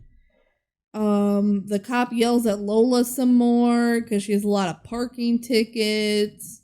But then, oh my god, dreamy rookie cop comes in to save the day, but he doesn't really do much. He really just comes in. He's just like, "Hey, it's remember me? It's me, the Hi." cop." Meanwhile, there's a bunch of Derby girls fighting in the police station. AJ's like, "Oh my god, it's Jailer Swift. Oh my god, remember my her? hero." She loves her. She's like, "Oh my god, hi, Jailer Swift. I'm your biggest fan." And they start doing some sick moves. Like, Jailer Swift shows her signature move. Mm-hmm. Meanwhile, Emily steals the phone of a guy that fell asleep next to her. And she calls her mom, who's at the big fancy party. But her mom doesn't answer. So Emily leaves a voicemail. She's like, "Mom, you have to help. Jenny's weird friend, who's not a friend, is here, and they stole the Andersons' car." But then she gets cut off by the dude taking his phone back. As it happens. Yeah. He's just like, "Hey, I was asleep. You stole my phone to call someone. That's kind of rude." It is rude. So then rookie cop lectures Lola about the dangers of reselling concert tickets on the street. He's like, "They could have robbed you, taking the ticket and your wallet." This bugs me more than anything else in the movie, actually, is they're like, "Don't you know how dangerous scalping tickets is? You could have been mugged. You can be mugged at any time." I guess like the concept is like, oh, if you have that money on you, well, that's the same thing of walking around with a concert ticket. Yeah. That's not why scalping's illegal. It's illegal because they're trying to protect the the market. like everything Yeah. and not have people get scammed. Yeah. He says, those kids look up to you. And she's like, you're right.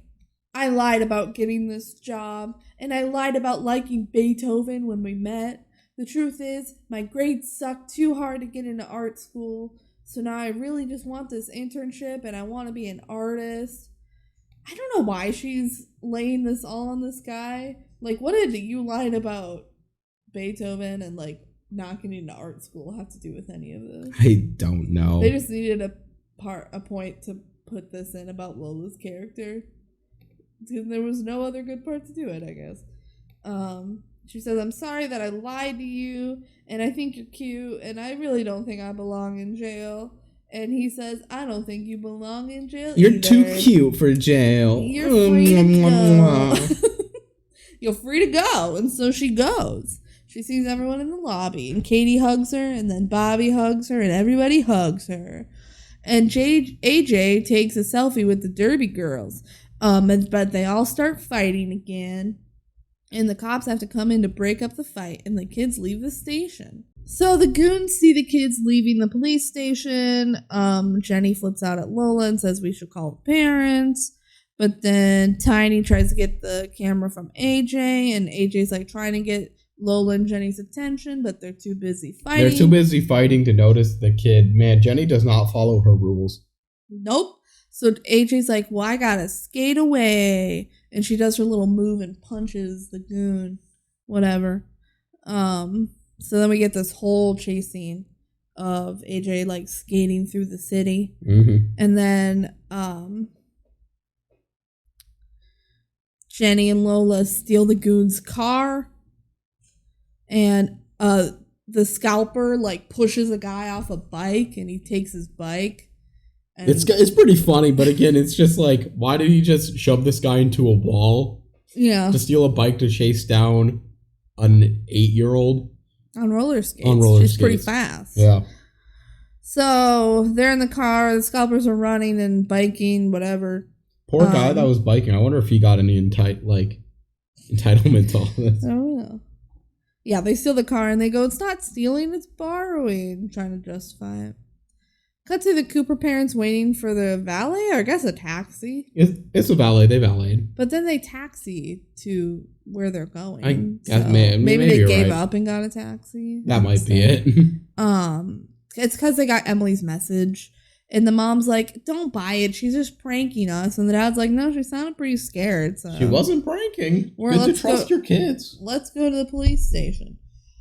Cut back to the crazy chase scene. AJ is skating her little heart out. Tiny sees that the rest of them are in his car. They spot AJ. They have to brake the car fast, and Lola's phone falls down in the car. And accidentally dials Mrs. Anderson. Yup.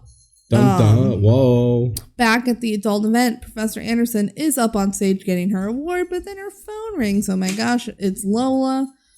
It accidentally started calling Professor Anderson while it was on the floor. It was on the floor and somehow called. And she goes, oh, sorry, everyone. It's the babysitter. I gotta take this. While giving her speech. So Lola actually gave her real phone number, even though she didn't have her phone at the time? I guess so. I don't know. I feel like they hand wave away the phone issues. And they just say they're only here when they're convenient. Yes, she's about to answer. Lola realizes that her phone is calling Professor Anderson. And Professor Anderson answers. So Lola's like, hi, Helen. The kids are all like, Helen? Yeah, Helen. She says, I'm just checking in. And she's like, the babysitter is checking in with me? She says, yes, it's a babysitter bonus part of the premium package. Okay, bye. And it's like, okay, well, everything's fine. Yeah, that was weird. Back to the Coopers. They're in a taxi. Apparently, they're best friends with Professor Anderson. She's like, you're going to have to explain to the Andersons why their best friends aren't at the event. What a lore dump. This explains so much, but also I don't believe it. It's so crazy to me. I think the Coopers like the Andersons and the Andersons tolerate the Coopers. They weren't sitting together. Apparently they're best friends though. Well, probably because Professor Anderson's a big fucking deal. Yeah. The Coopers are nobodies. I just can't believe that Jenny was like, oh, I'm already babysitting for the Coopers. And Helen Anderson wasn't like, oh, hey, Mrs. Cooper, could I have Jenny as a babysitter instead since this is my fucking event? And I need a babysitter. I really more do need to go. I need to go way more than you do. But that didn't happen. But they're not actually friends. So. I actually did find a babysitter, but whatever. That part was weird to me. So the Coopers in the taxi, they see AJ skating, but they don't know who it is. They're like, oh, who would let their kids skate around a city? Irresponsible. The things you see in the city. So then AJ does some sick tricks and the goons get wiped out and whatever. It's the same old, same old. We don't need to describe every aspect there's of it. more goop on the scalper. He gets food on his face. Yep. So there's another goop. I'm telling you, there's a lot of goop in this movie. All the kids run into another just random alley door. Alley door count number 2. Yeah. The goons try to follow, but the door is locked now. I guess they locked it. And they're like, well, let's just go through the front door. The scalper says, I know a guy. Because he's a scalper. Yeah. So now they're inside and it's a club. What a bopping party. Everyone's like jamming out. There's a DJ and everything. Yeah. The DJ's up on a stage and they accidentally end up on the stage. Yeah, they pull the back curtain and just pop out. Hey. And then unplugs the music so it's quiet and everybody stares at them. And the DJ's like, yo, like, what's up? Jenny says, sorry, wrong place, bye, and tries to leave. But the DJ's like, hell nah. Tell us the facts on my stage. Spill your rage. Like, he's rhyming. Yeah, he says basically, if you get on stage, you gotta rap. If you don't do it, you whack. That didn't rhyme. No, exactly. I wasn't trying to rhyme. Oh, I thought you were, because he rhymes. I was just saying, basically, that's what he does. So they make her rap. Yep. Basically, this is a 2016 DCOM that just decides, hey, what if halfway through the film, we decide to make our 2 leads do a rap battle against each other? Because that happens in life. What a vibe for this DJ to just be like, these people who clearly showed up with young children next to them. You gotta rap, though. You gotta rap to leave. He keeps the vibes going because the crowd gets the crowd's into it, and they're like, "Yeah, rap it out." Woo! Yeah, rap. So Jenny starts rapping. She's like, "These kids are my crew. We're in trouble. Not sure what to do." Oh, and she raps, and she's like not great at it, but she's okay. And all the kids are joining in too. They all look like they're choreographed dancing. They're like, we're running away. They're chasing us. Like they have their little lines. Yeah. And now it's time for a rap battle: Jenny versus Lola. Yes, we got Oscar-nominated singer Sophia Carson and global pop star Sabrina Carpenter facing off in a cringy DCOM rap battle. Yeah. Woo! Battle of the babysitters. She ain't no quitter, she a babysitter. That's the line they keep going back to. Ain't no quitter, babysitter. And Lola does a mic drop and they start dancing, but Jenny claps back. And then they all take a selfie when it's over. Neither of their flows are good. Jenny's is really bad. Yeah. Lola's is somewhat passable. Hers is better. And I think Sabrina Carpenter was just playing into her character that wouldn't be good at rapping. Like, she's obviously good at music. Yeah. I think she was just like, oh, I'm going to play it a little more stiff.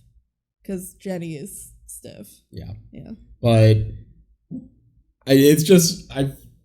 with the talented singers that they have in this, I feel like they should have done something other than rap. I know rap battles was a thing, especially around that time. But, like, come on. We're the babysitters. I feel like anything else would have been more interesting. Would have been better to listen to, because it's just not a good rap. But the whole crowd loves it. They love it. Don't listen to my opinion. I'm not the one who's actually in the club hearing it. They're actually, like, laying down rhymes, spitting bars. Let's go. Let's babysitters. go. The babysitters. We ain't no quitters. The babysitters. And now they're like friends. Yeah, they like get along now because they had a rap battle. And the goons show up and they're like, oh my god, let's go kill them. But let's go kill them. So they see the goons in the back and they're like, oh, time to go. So then the goons try to chase them. But, to chase them, they have to go on stage. And the DJ says, whoa, whoa, whoa. Who are these guys? You gotta rap too. Yeah, on my stage, you gotta spill your rage. So I wonder if they had a rap battle. I think they do. And it's sad we don't get to see it because that rap battle seems more interesting to me. Who are they going to be? Like, we stole a ferret. No, we're not going to skin it. We ain't going to wear it. I don't know. It's a sapphire ferret. We spray painted blue. That girl that rapped before, she took a pic. And all we want to do is steal her camera so she can't, sell it. I don't know. I'm not good at freestyle rap. That's not what I'm here for. All right. Moving on. Moving on. Moving on from the rap battle. The kids get away in the alley. And Lola's like, see what happens when you let go? The art just starts to flow. Oh my god, another rhyme. Yeah. Wow. And they're like, oh my god, yes, artistic. I should mention, their freestyle does not sound like a freestyle at all. No. It's very much feels scripted. Which I guess that's hard to do. Everyone is excited in the alley except for Emily. She is not. I don't know why. She's just moody. Well, she's the drama queen of it. And she hates Jenny because Jenny was mean to her. Jenny was mean to her that one time. All right, so then the Cooper parents go to the police station and they're like, hey, we got a call that our kids are here, from our kid. Are they here? Have you seen any babysitters lately? And the cops laugh it off. They literally laugh like, oh yeah, we totally booked your kids. Ha ha ha, that's stupid. Which is very irresponsible, It's also so very rude. dumb because they have seen babysitters in here. They have. They saw the kids. Yeah. And they just laugh in her face, which is so rude. If they're actually worried about their kids, the cops should take that seriously. Yep. And say, oh no, are your kids missing? I don't know. As the kids walk, Lola tells Jenny, hey, you should go talk to Emily. She seems pretty down. So then Jenny goes up to Emily and apologizes for what happened at the police station. And Jenny tells Emily, hey, you're awesome. You don't need to dye your hair or get a tattoo. You're awesome the way you are. Emily says, no, I'm invisible. I'm just an invisible dork. No, Invisible Sister was a different film. Jenny says, no, you're beautiful. You don't need green hair and tattoos to be noticed. Just be your awesome self. And if he doesn't notice, it's his loss. Also, boys are dorks. I feel like this lesson is in every DCOM. Yeah. What if she wants green hair? Yeah. And a tattoo? I feel like they completely undersell that aspect of it because there's definitely people who want that. Yeah, self-expression. I don't They're really vibe with the moral of this movie. They're like, Emily, you're just doing it for attention. Stop. She's like, okay, I am. Okay. Emily says thanks and hugs Jenny. And she says, also, there's something I should tell you. Back to the Coopers, the mom is super frustrated that the dad made them leave. Also, she's wearing 2 different shoes. How did that happen? How did she not notice? Apparently, the dad was just like, I thought it was a fashion choice. Yeah. So he did not want to get any confrontational, and he fails a lot in the day. But he's the only one who actually knew that their kids were in danger of the 4 parents, so. But now they don't have proof of that. So. No. Back to the babysitters. Jenny's like, oh my god, you can't believe you called your parents. And while this is happening, they're in the same place as the Cooper parents. And they're like, that kind of looks like Emily from behind. But they see the green hair, and he's like, that's not Emily. She doesn't have green hair. So they get in the taxi and leave. Perfect. Well done. Okay. Jenny says, we have to call back and say it's just a prank. So okay, let's do it. And they call on Lola's phone. Why? Why didn't they call on Jenny's phone? We thought, she must not have her phone. Yeah, but she brings her phone out in 30 minutes. the parents get the call and they're like, oh, it's an unknown caller. I'm not going to answer, which is the first time this has happened in the whole movie. Well, no, because the first message was only a message. The first time. No, it's the first time they see that it's an unknown caller and don't answer. I'm saying they like always answer the phone if they like see that it's ringing. Yeah. But yeah, you're right. There has been unanswered calls before. But they don't even leave a message, which is so dumb. No, they don't. They should have. Yeah. Why didn't they call on Jenny's phone? This movie doesn't have a good plot. It doesn't. It has an okay plot. I'm saying there's a lot of holes. Okay, maybe.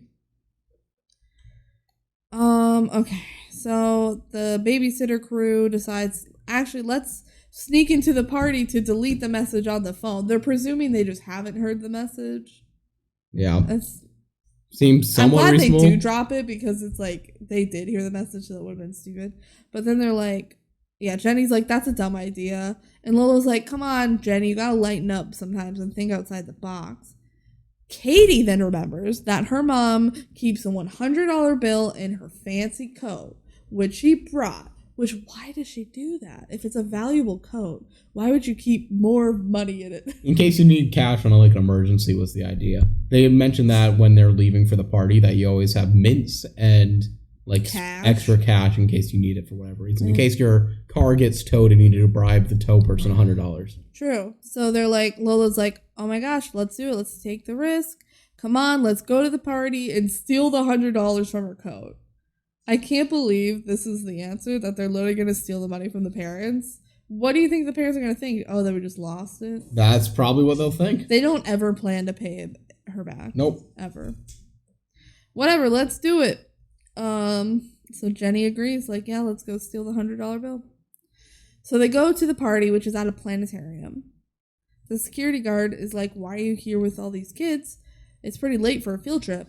And Trey says, Jupiter is at opposition. It's the best time to observe it. Security guard goes, yeah, you know your stuff. Go on. You're right. Go ahead in. This security guard is very bad at his job.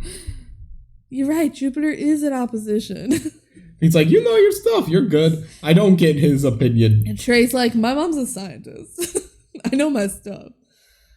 So they sneak around the party. Katie is so excited to be at a fancy party. She says, good thing I wore diamonds. And she reveals she's been wearing the diamond earrings the whole time. And Lola takes a picture, and it's like the cutest picture because Katie is like fully smiling at the camera with the earrings. I would like to point out now that both have been revealed, the hair and the earrings. The two things that Jenny got told to watch after happened within 5 minutes when she got there, before she really even started her job. Yeah, because they left really early. So pretty irresponsible on her watch before she really knew the extent of what was happening with Lola. Yeah. So no excuses. They see Professor Anderson is here too. They're like, oh my gosh, what? They're also here. Her face is on the banner. That's how they know. And Jenny's freaking out. She's like, oh my god, I need that letter of recommendation from Professor Anderson. And she's like, why didn't you remember that the Andersons are here? And Lola's like, I forgot, I guess. I don't know. I have the little pamphlet, though. Oh my gosh, I don't have the pamphlet anymore. The goons got the pamphlet. I don't think they realized that, but the goons do have it. Yeah. We see the goons have it. So now the goons know where they are. This is the one, they didn't like figure it out themselves this time, but they found the pamphlet. So here we go. Okay, they like sneak around and Bobby sees the food and he's excited because he's a chef. Lola spots the coat check, so they go behind some waiter carts like as waiters are pushing them, and the waiters just don't care. Mm-hmm.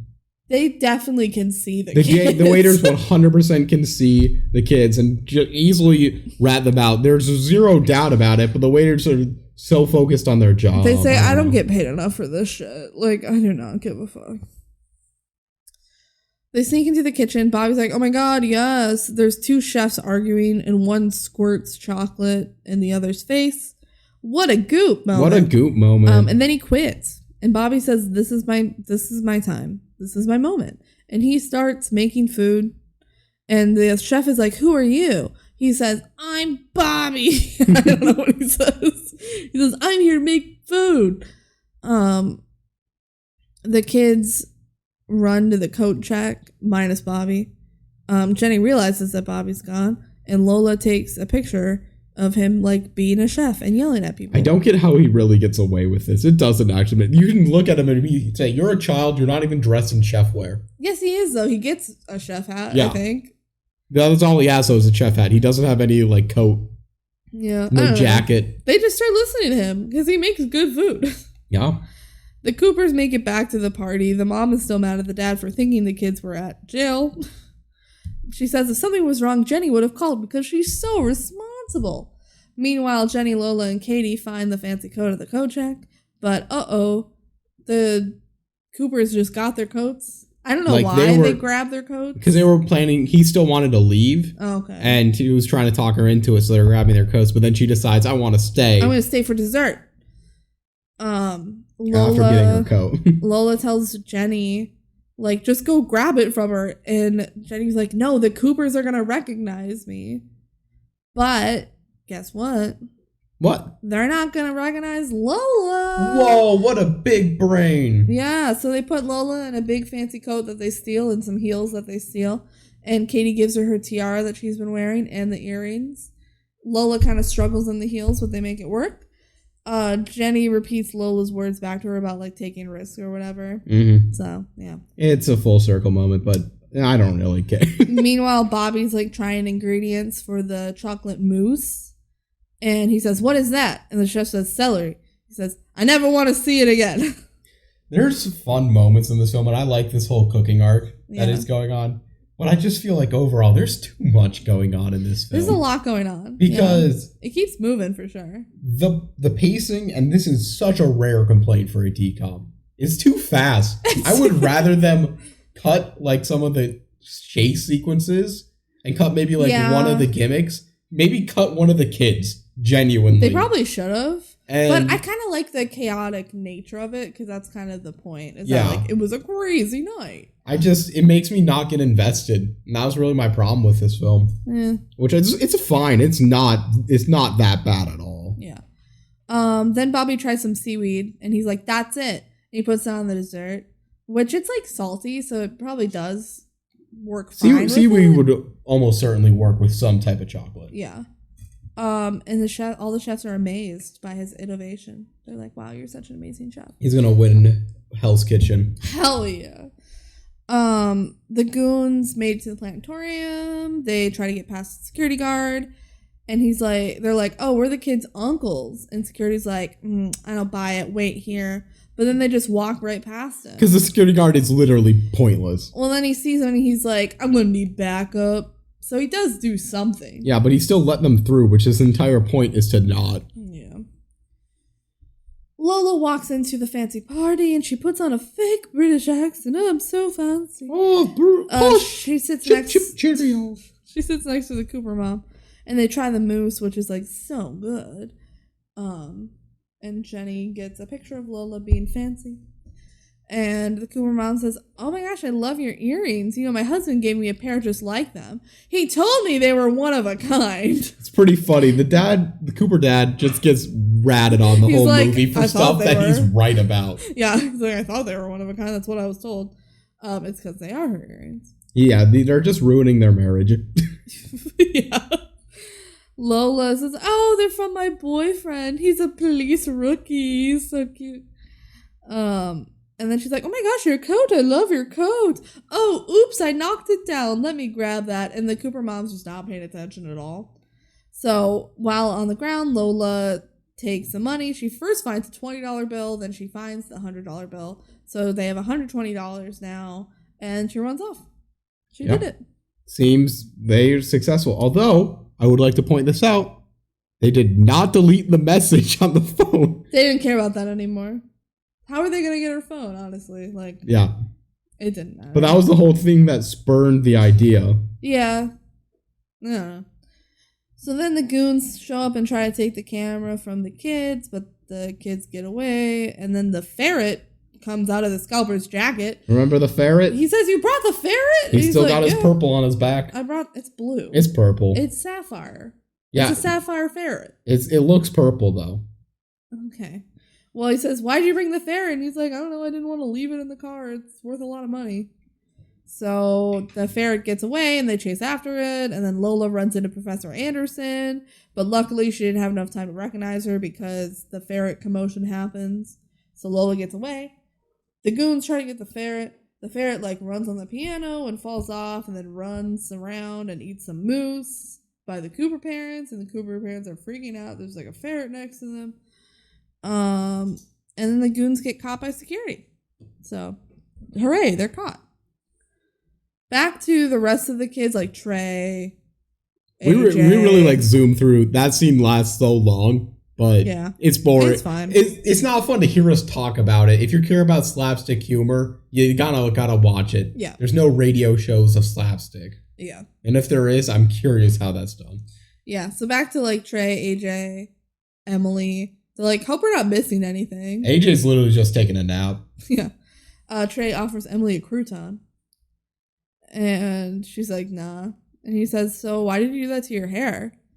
And Emily says, I don't know, because I'm boring. Poor Emily. Trey says, no, you're not. I think you're pretty cool. And she's like, really? He's like, yeah, your music is what's boring. Then Jenny and Lola come back to grab the kids. They're like, come on, we got the money, let's go. As they leave, Lola takes a picture of the goons getting arrested, so they don't have to worry about them anymore. What a crazy night. Cut to a 2-second scene of Rookie Cop on the phone. He's like, you telling me a big fat man named Tiny, a tall skinny guy in a hood, a rare sapphire ferret? Yeah, I actually do believe you. Yeah. Because they heard about it. I trusted my future girlfriend. Even though all she did to me was a lie. So then the kids walk out of the planetarium and they're like, oh my god, that was so awesome. Yeah, it was so cool. Lola says, yep, I got the money and an extra $20 to get to the tow yard. And then Jenny and Lola just take a selfie on Jenny's phone that she pulls out of her pocket. So many issues that we've talked about could have been solved with Jenny having a phone with her contact. Whatever. It's fine. Lola says, you're pretty cool, Jenny. I see now why that guy asked you to the concert. Why did she bring this up now? Jenny's like, ignore it. What the fuck did you just say? Who asked me to the concert? Lola's like, his name was Zeke? Zach? Oh my god, Zach asked me to the concert. How could you not tell me? And Lola's like, oh, I don't know, I forgot. You saw how cute Mr. Police Rookie was? Yeah. And oh my gosh, I may or may not have implied that you were not interested in him. I was distracted. He was cute. I'm sorry. I didn't mean to. Again, there's no real good excuse for this. Well, why would she tell her? Well, if you're talking to the officer, just be like, hey, this isn't my phone. She shouldn't have answered it. She shouldn't have answered. Anyway, Jenny says, now he's there with Dominique. That should have been me at the concert. Jenny, you would not have gone to the concert? You had a babysitting gig? And you were responsible? Who are you going to find to fill in? You don't have friends. Exactly. Your family's out of town. Exactly. Dominique? Whatever, Jenny. Whatever. She's mad. I understand. She's mad. Lola says, maybe it's not too late. And Jenny says, of course it's too late. The show is almost over and we need to go get the car and go home. So just forget it. And Lola says, no, taxi. I'm going to do the right thing. This part is the part that I hate. That they go to the concert to find Zach. This whole extra arc adds an extra layer that is just not needed in the movie. It's not needed. It's because Sabrina had to get her man. Yeah. And by Sabrina, I mean Jenny. Jenny had to get her man too, and this is the way they decided to do it. Whatever. It would have been better if Lola and Jenny just fell in love. So true. Think about it. You're so Cut right. both of the romance arcs out. The timing gets better, and add in a little bit of tension between them. Yeah. And then get hey, so you want to hang out sometime? You don't even have to make it official. Just queer bait. Yeah.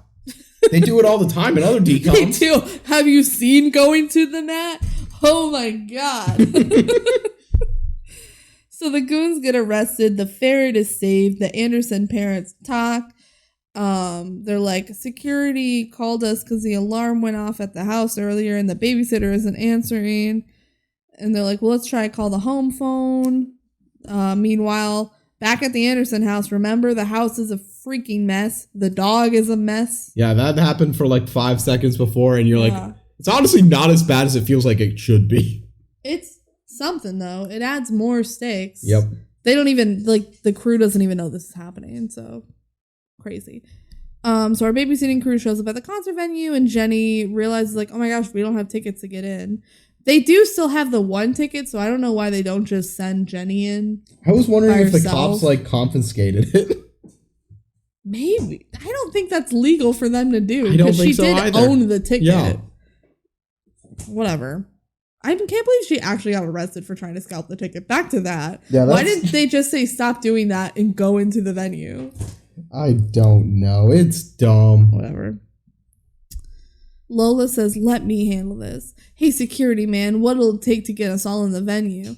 And he looks at her and is like, I'll take your fancy camera. Like, he's instantly bribed into letting all these kids into the concert, which the concert's almost over.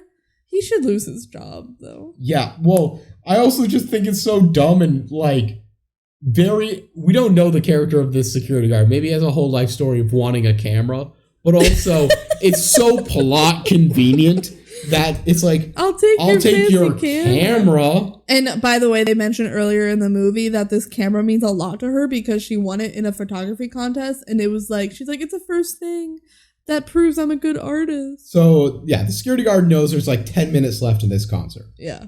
Which is kind of dumb for other reasons and the whole timing of all this. But he really just goes, I'm going to need your camera and I'm going to get it back and you can all go in. Negotiate. Come on. And she just says, okay, I'll give you my camera. Let me just take my memory card out. Because we got to keep the photos. Yeah, and then here you go. And Jenny says, no, that camera means too much to you. And Lola says, yes, I can. And she gives it up and they all go in. And she says, go get your guy, Jen. Get your mans. Get your mans. Jen says, I can't go in like this. I'm a mess. And Katie goes, she looks I fine, got by this. The way. Yeah, she does. But Katie goes, I got this. I know what to do. So I like to pretty people up. It's already happened once in this film. Now it happens to Sabrina Carpenter. Yeah, so they go into the bathroom and they give Jenny a makeover. And by a makeover, they take off her coat. They put her hair down because, you know, you can't be pretty if you have a ponytail. You have to have your hair down. It's impossible. Yeah. And now she looks amazing. Yeah. She has her plaid shirt on. They put a little bit of lipstick on. Yeah. And that's it. But this wastes all of the time that remains in the concert because she goes to go in and get her mans and everyone comes out. Yeah. This concert is over. Yeah. So she's like, I can't do it. And Lola's like, yes, you can. Think about all you did today. Talking to a boy will be easy. I guess you're right. Thanks, Lola. And they hug. Aww. And then everybody starts coming out of the venue and Jenny's like, what do I do? And they're like, go in. He's in there somewhere. He may have already left. He probably did. What if he left early? They didn't think about that. They never should have gone to this concert. This is what I mean. I feel like I know this script had a lot of rewrites already, but just give it another one. There's a lot of holes. There are a lot of holes. Yeah, I don't know. So Jenny goes up on stage. Somehow you just have full access to the stage. This is not how venues work. Nope. But whatever. She goes up on stage. She's like, Zach, where are you? And Zach spots her. He's like, Jenny?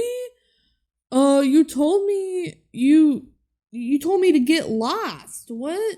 And she says, no, that wasn't me. My phone was stolen. I would have said yes. And then he runs up on stage and they go, hi. He goes, you look beautiful. And Jenny says, thank you. Now I have to go. It's so dumb. Again, we didn't need all of this. She could have just texted him and said, I would have said yes. Yep. But she had to say in person. And he just believes her. Yep. Because this movie, it's realized it doesn't have enough runtime to add another plot element. But it decided to try. He goes, you just got here. And she goes, I know, but I just wanted you to know the truth. And he says, well, I'll go with you. And she says, what about Dominique? And he goes, oh, she left early with her boyfriend. Yeah, she was never an option. She was not a threat. With. Okay, so then the crew comes in yelling for Jenny. They're like, Jenny. Lola's like, I have a missed call from the Andersons. I figured we should listen to the message together. I feel like you can listen to it twice, but whatever. It's because they're the babysitters. They ain't no quitters. So the message from the Andersons is like, hey, we're heading home. The alarm went off and the Coopers were looking for their kids at jail. So we're going to go. We're going to come home. And Jenny's like, oh my God, this is all my fault. I never should have put a boy before the kids, which is true. That's babysitting rule number 0. Number 3 or whatever. I don't know. Yeah. It's a rule. It's a rule. Lola says, no, it's my fault. I will tell them the truth that I lied to get the gig, that I lied about everything. Like, it's all my fault, okay. Which it's true. First off, if she was going to do that, she needs to do that from the beginning. And second of all, that's not going to excuse everything that Jenny did. True. Including taking the kids into a concert venue to go get a guy. Which the kids are the ones that are like, no, Lola, like, we're all going to get in trouble if you do that. He's like, you're not the only ones with something to lose. I snuck out. AJ says, I skated in the city all by myself. Bobby says, I used the stove, which remember that. I started a fire and I impersonated a chef. Katie says, I stole earrings. And then Emily says, I dyed my hair green, got a tattoo, and told my parents we were in jail. Yeah, they did a lot. So then the babysitters apologize. They're like, I'm sorry. And they said, no way we'll make it. Well, not if we don't try. We ain't no quitters. We're the babysitters. Drop a rhyme. Woo! Ooh, high five. Yeah, we got this. I feel like this movie just occasionally is like, what are we going to do next? How are we going to get from one scene to another? And they're just like, babysitters, yeah. The parents are like already on their way home and they have to go to the tow place and go home. So like there's no way. But luckily it's the longest valet of all time. Yeah, that's true. All right, so they get to the tow place, which is closing down, and they argue with tow lady, but she's like, hey, I've had a long night. Don't mess with Trixie. That's the tow lady. And Jenny says, don't mess with the babysitter, and like drags her over to get the car. Mm-hmm. So, damn, Jenny, all right. So then they drive home, and they're racing the parents. Also, the car is filthy. So when they get home, Lola really takes charge. She goes, you two go there. You guys go there. Like, we got to clean the house and clean the car. So then they, like, clean up, and they see the giant mess in the kitchen, and they see the laundry room, but they split up, and they get it all done. Also, the parents say, we're going to be home in 15 minutes. So they do all of this in 15 minutes somehow. It's literally not possible. It's literally not possible. And it's like sparkling clean. Yeah. They took all of the excess laundry and put it, like the bubbles and everything, and scrubbed that everywhere. And Trey and Emily clean the dog, which also Emily like washes out the dye in her hair. It must have been like really some like spray paint basically that washes Surprised out. it stayed in all day. I don't know. Okay, they clean up. They did it. And the kids go, we also wanted to say that you guys were both awesome babysitters. The night was awesome.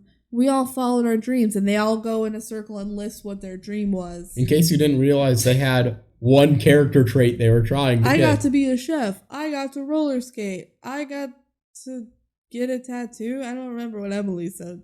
Trey's like, I didn't get to go to the concert, but it was still the best night of my life. Trey's just like, I think you're hot. Yeah, I don't know why Trey had such a good time, but he did. He's just there. He really is just there. Yeah. And then Jenny drives off with the Cooper kids, and right when the Andersons get home, and they find Lola inside, and everything's normal.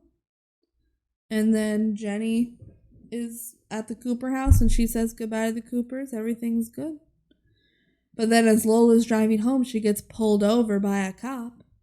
Oh my God, but it's her boyfriend, cop. Oh. Oh, and he's like, you want to go out on Saturday?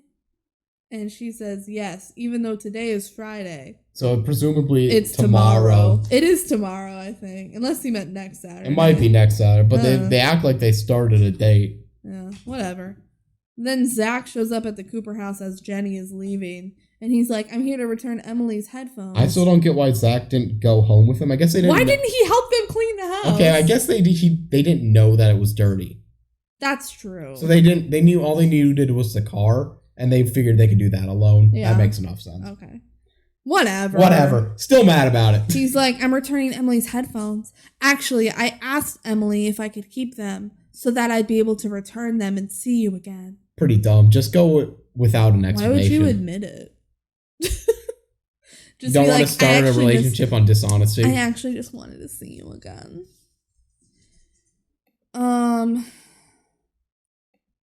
Emily and Katie yell out the window, like, ask him out, ask her out, like, ask each other out. Mm-hmm. So they're supportive of Jenny's love life.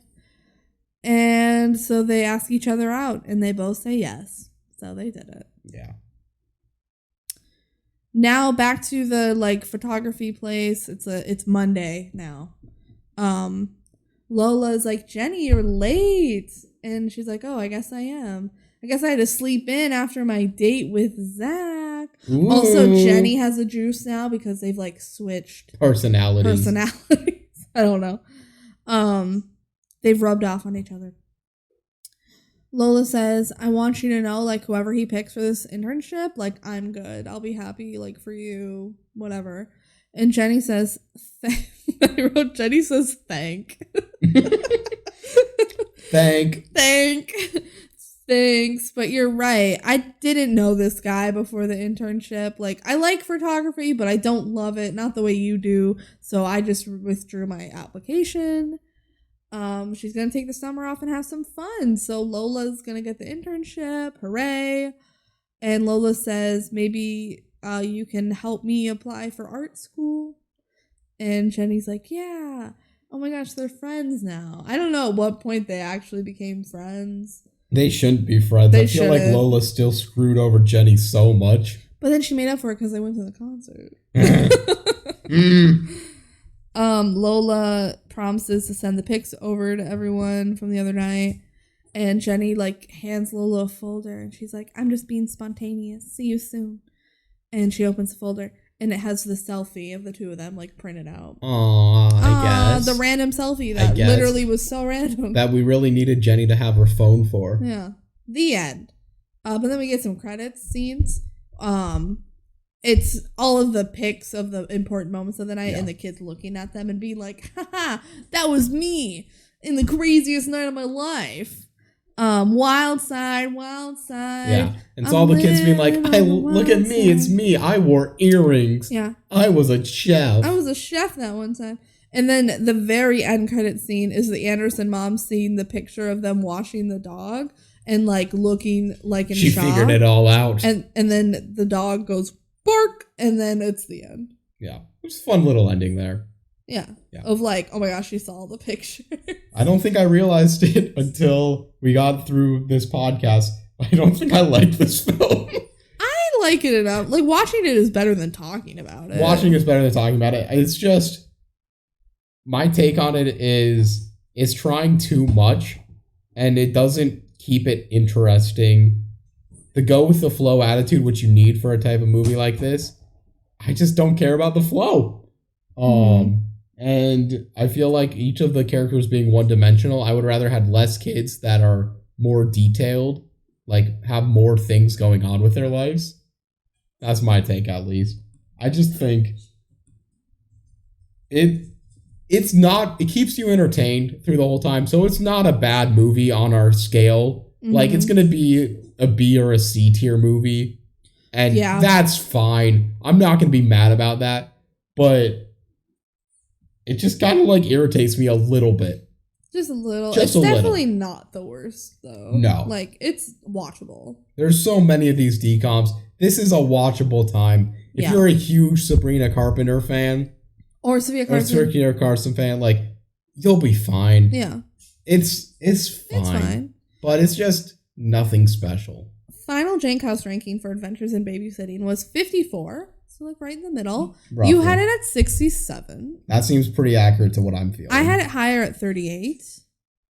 I have it in B tier, which I have it right above A Ring of Endless Light. I think I would flip those. Yeah, I feel like that doesn't hold true to your current brain. Yeah. I had it mid C tier, which seems about right to me. Yeah, I had it like mid B. You had it mid C. I think I would keep it in B. It'd just probably be a little lower B, or at the very least high C. We'll see in our next mini-sode where it starts ranking for us.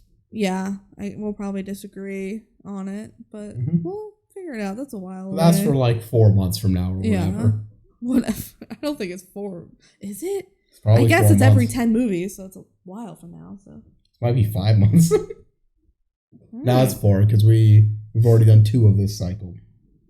Yeah. All right, so that was Adventures in Babysitting. The one Sabrina Carpenter DCOM, not the only Sophia Carson. We will see her Definitely again. not the only Sophia Carson. Yeah. All right. Thank you guys for listening to us talk about this movie. If you have thoughts and want to share, email us at thedcomduo@gmail.com. Follow TikTok.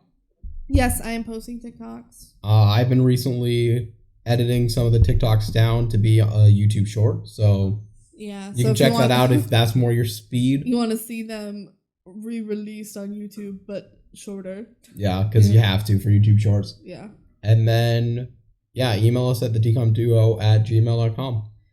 Now it's time to spin the wheel for our next DCOM. What DCOM do you think it's going to be? Good question. Let's go Let It Shine. That'd be fun. This little light of mine. Yeah, go Let It Shine. Let it shine. Let it shine. I'm going to say go figure. I like that one. I don't. All right, spinning the wheel.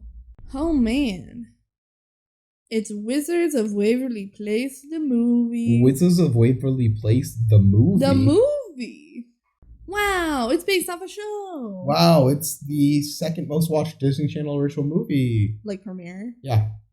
Yeah, that makes sense. And honestly, Huge wouldn't be show. surprised if, like, generically it's in the top 10. Yeah.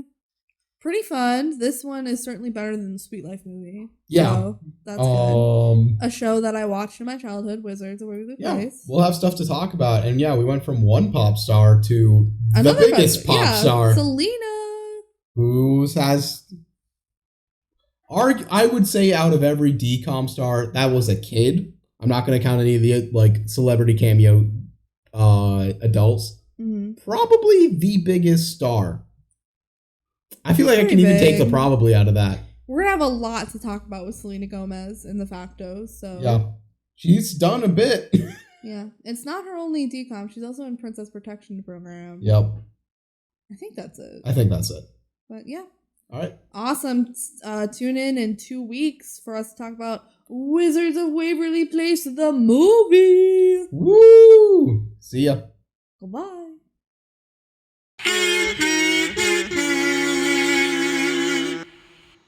Scenes from our next episode. Man, this magician is really a wizard? That's just crazy. Oh, it's magic. You know. No. The parrot's a person. The parrot is evil. Oh my god, it's Aladdin all over again. I wish I'd never even been born. Wait. I wish you've never met. Yeah. Yeah. Which would make me not born. These people didn't watch Back to the Future. Now my dad's a weird, creepy bachelor, and my mom's flirting with all the guys. Uh-oh. What the Man, heck? I really hope we get a really cool interpretation of the final challenge that determines who the family wizard's going to be. Surely. That gets completely retconned by the series finale. I know, it's so different. And it's much better in the movie. It is much better in the movie. Although it's still pretty dumb in both of them.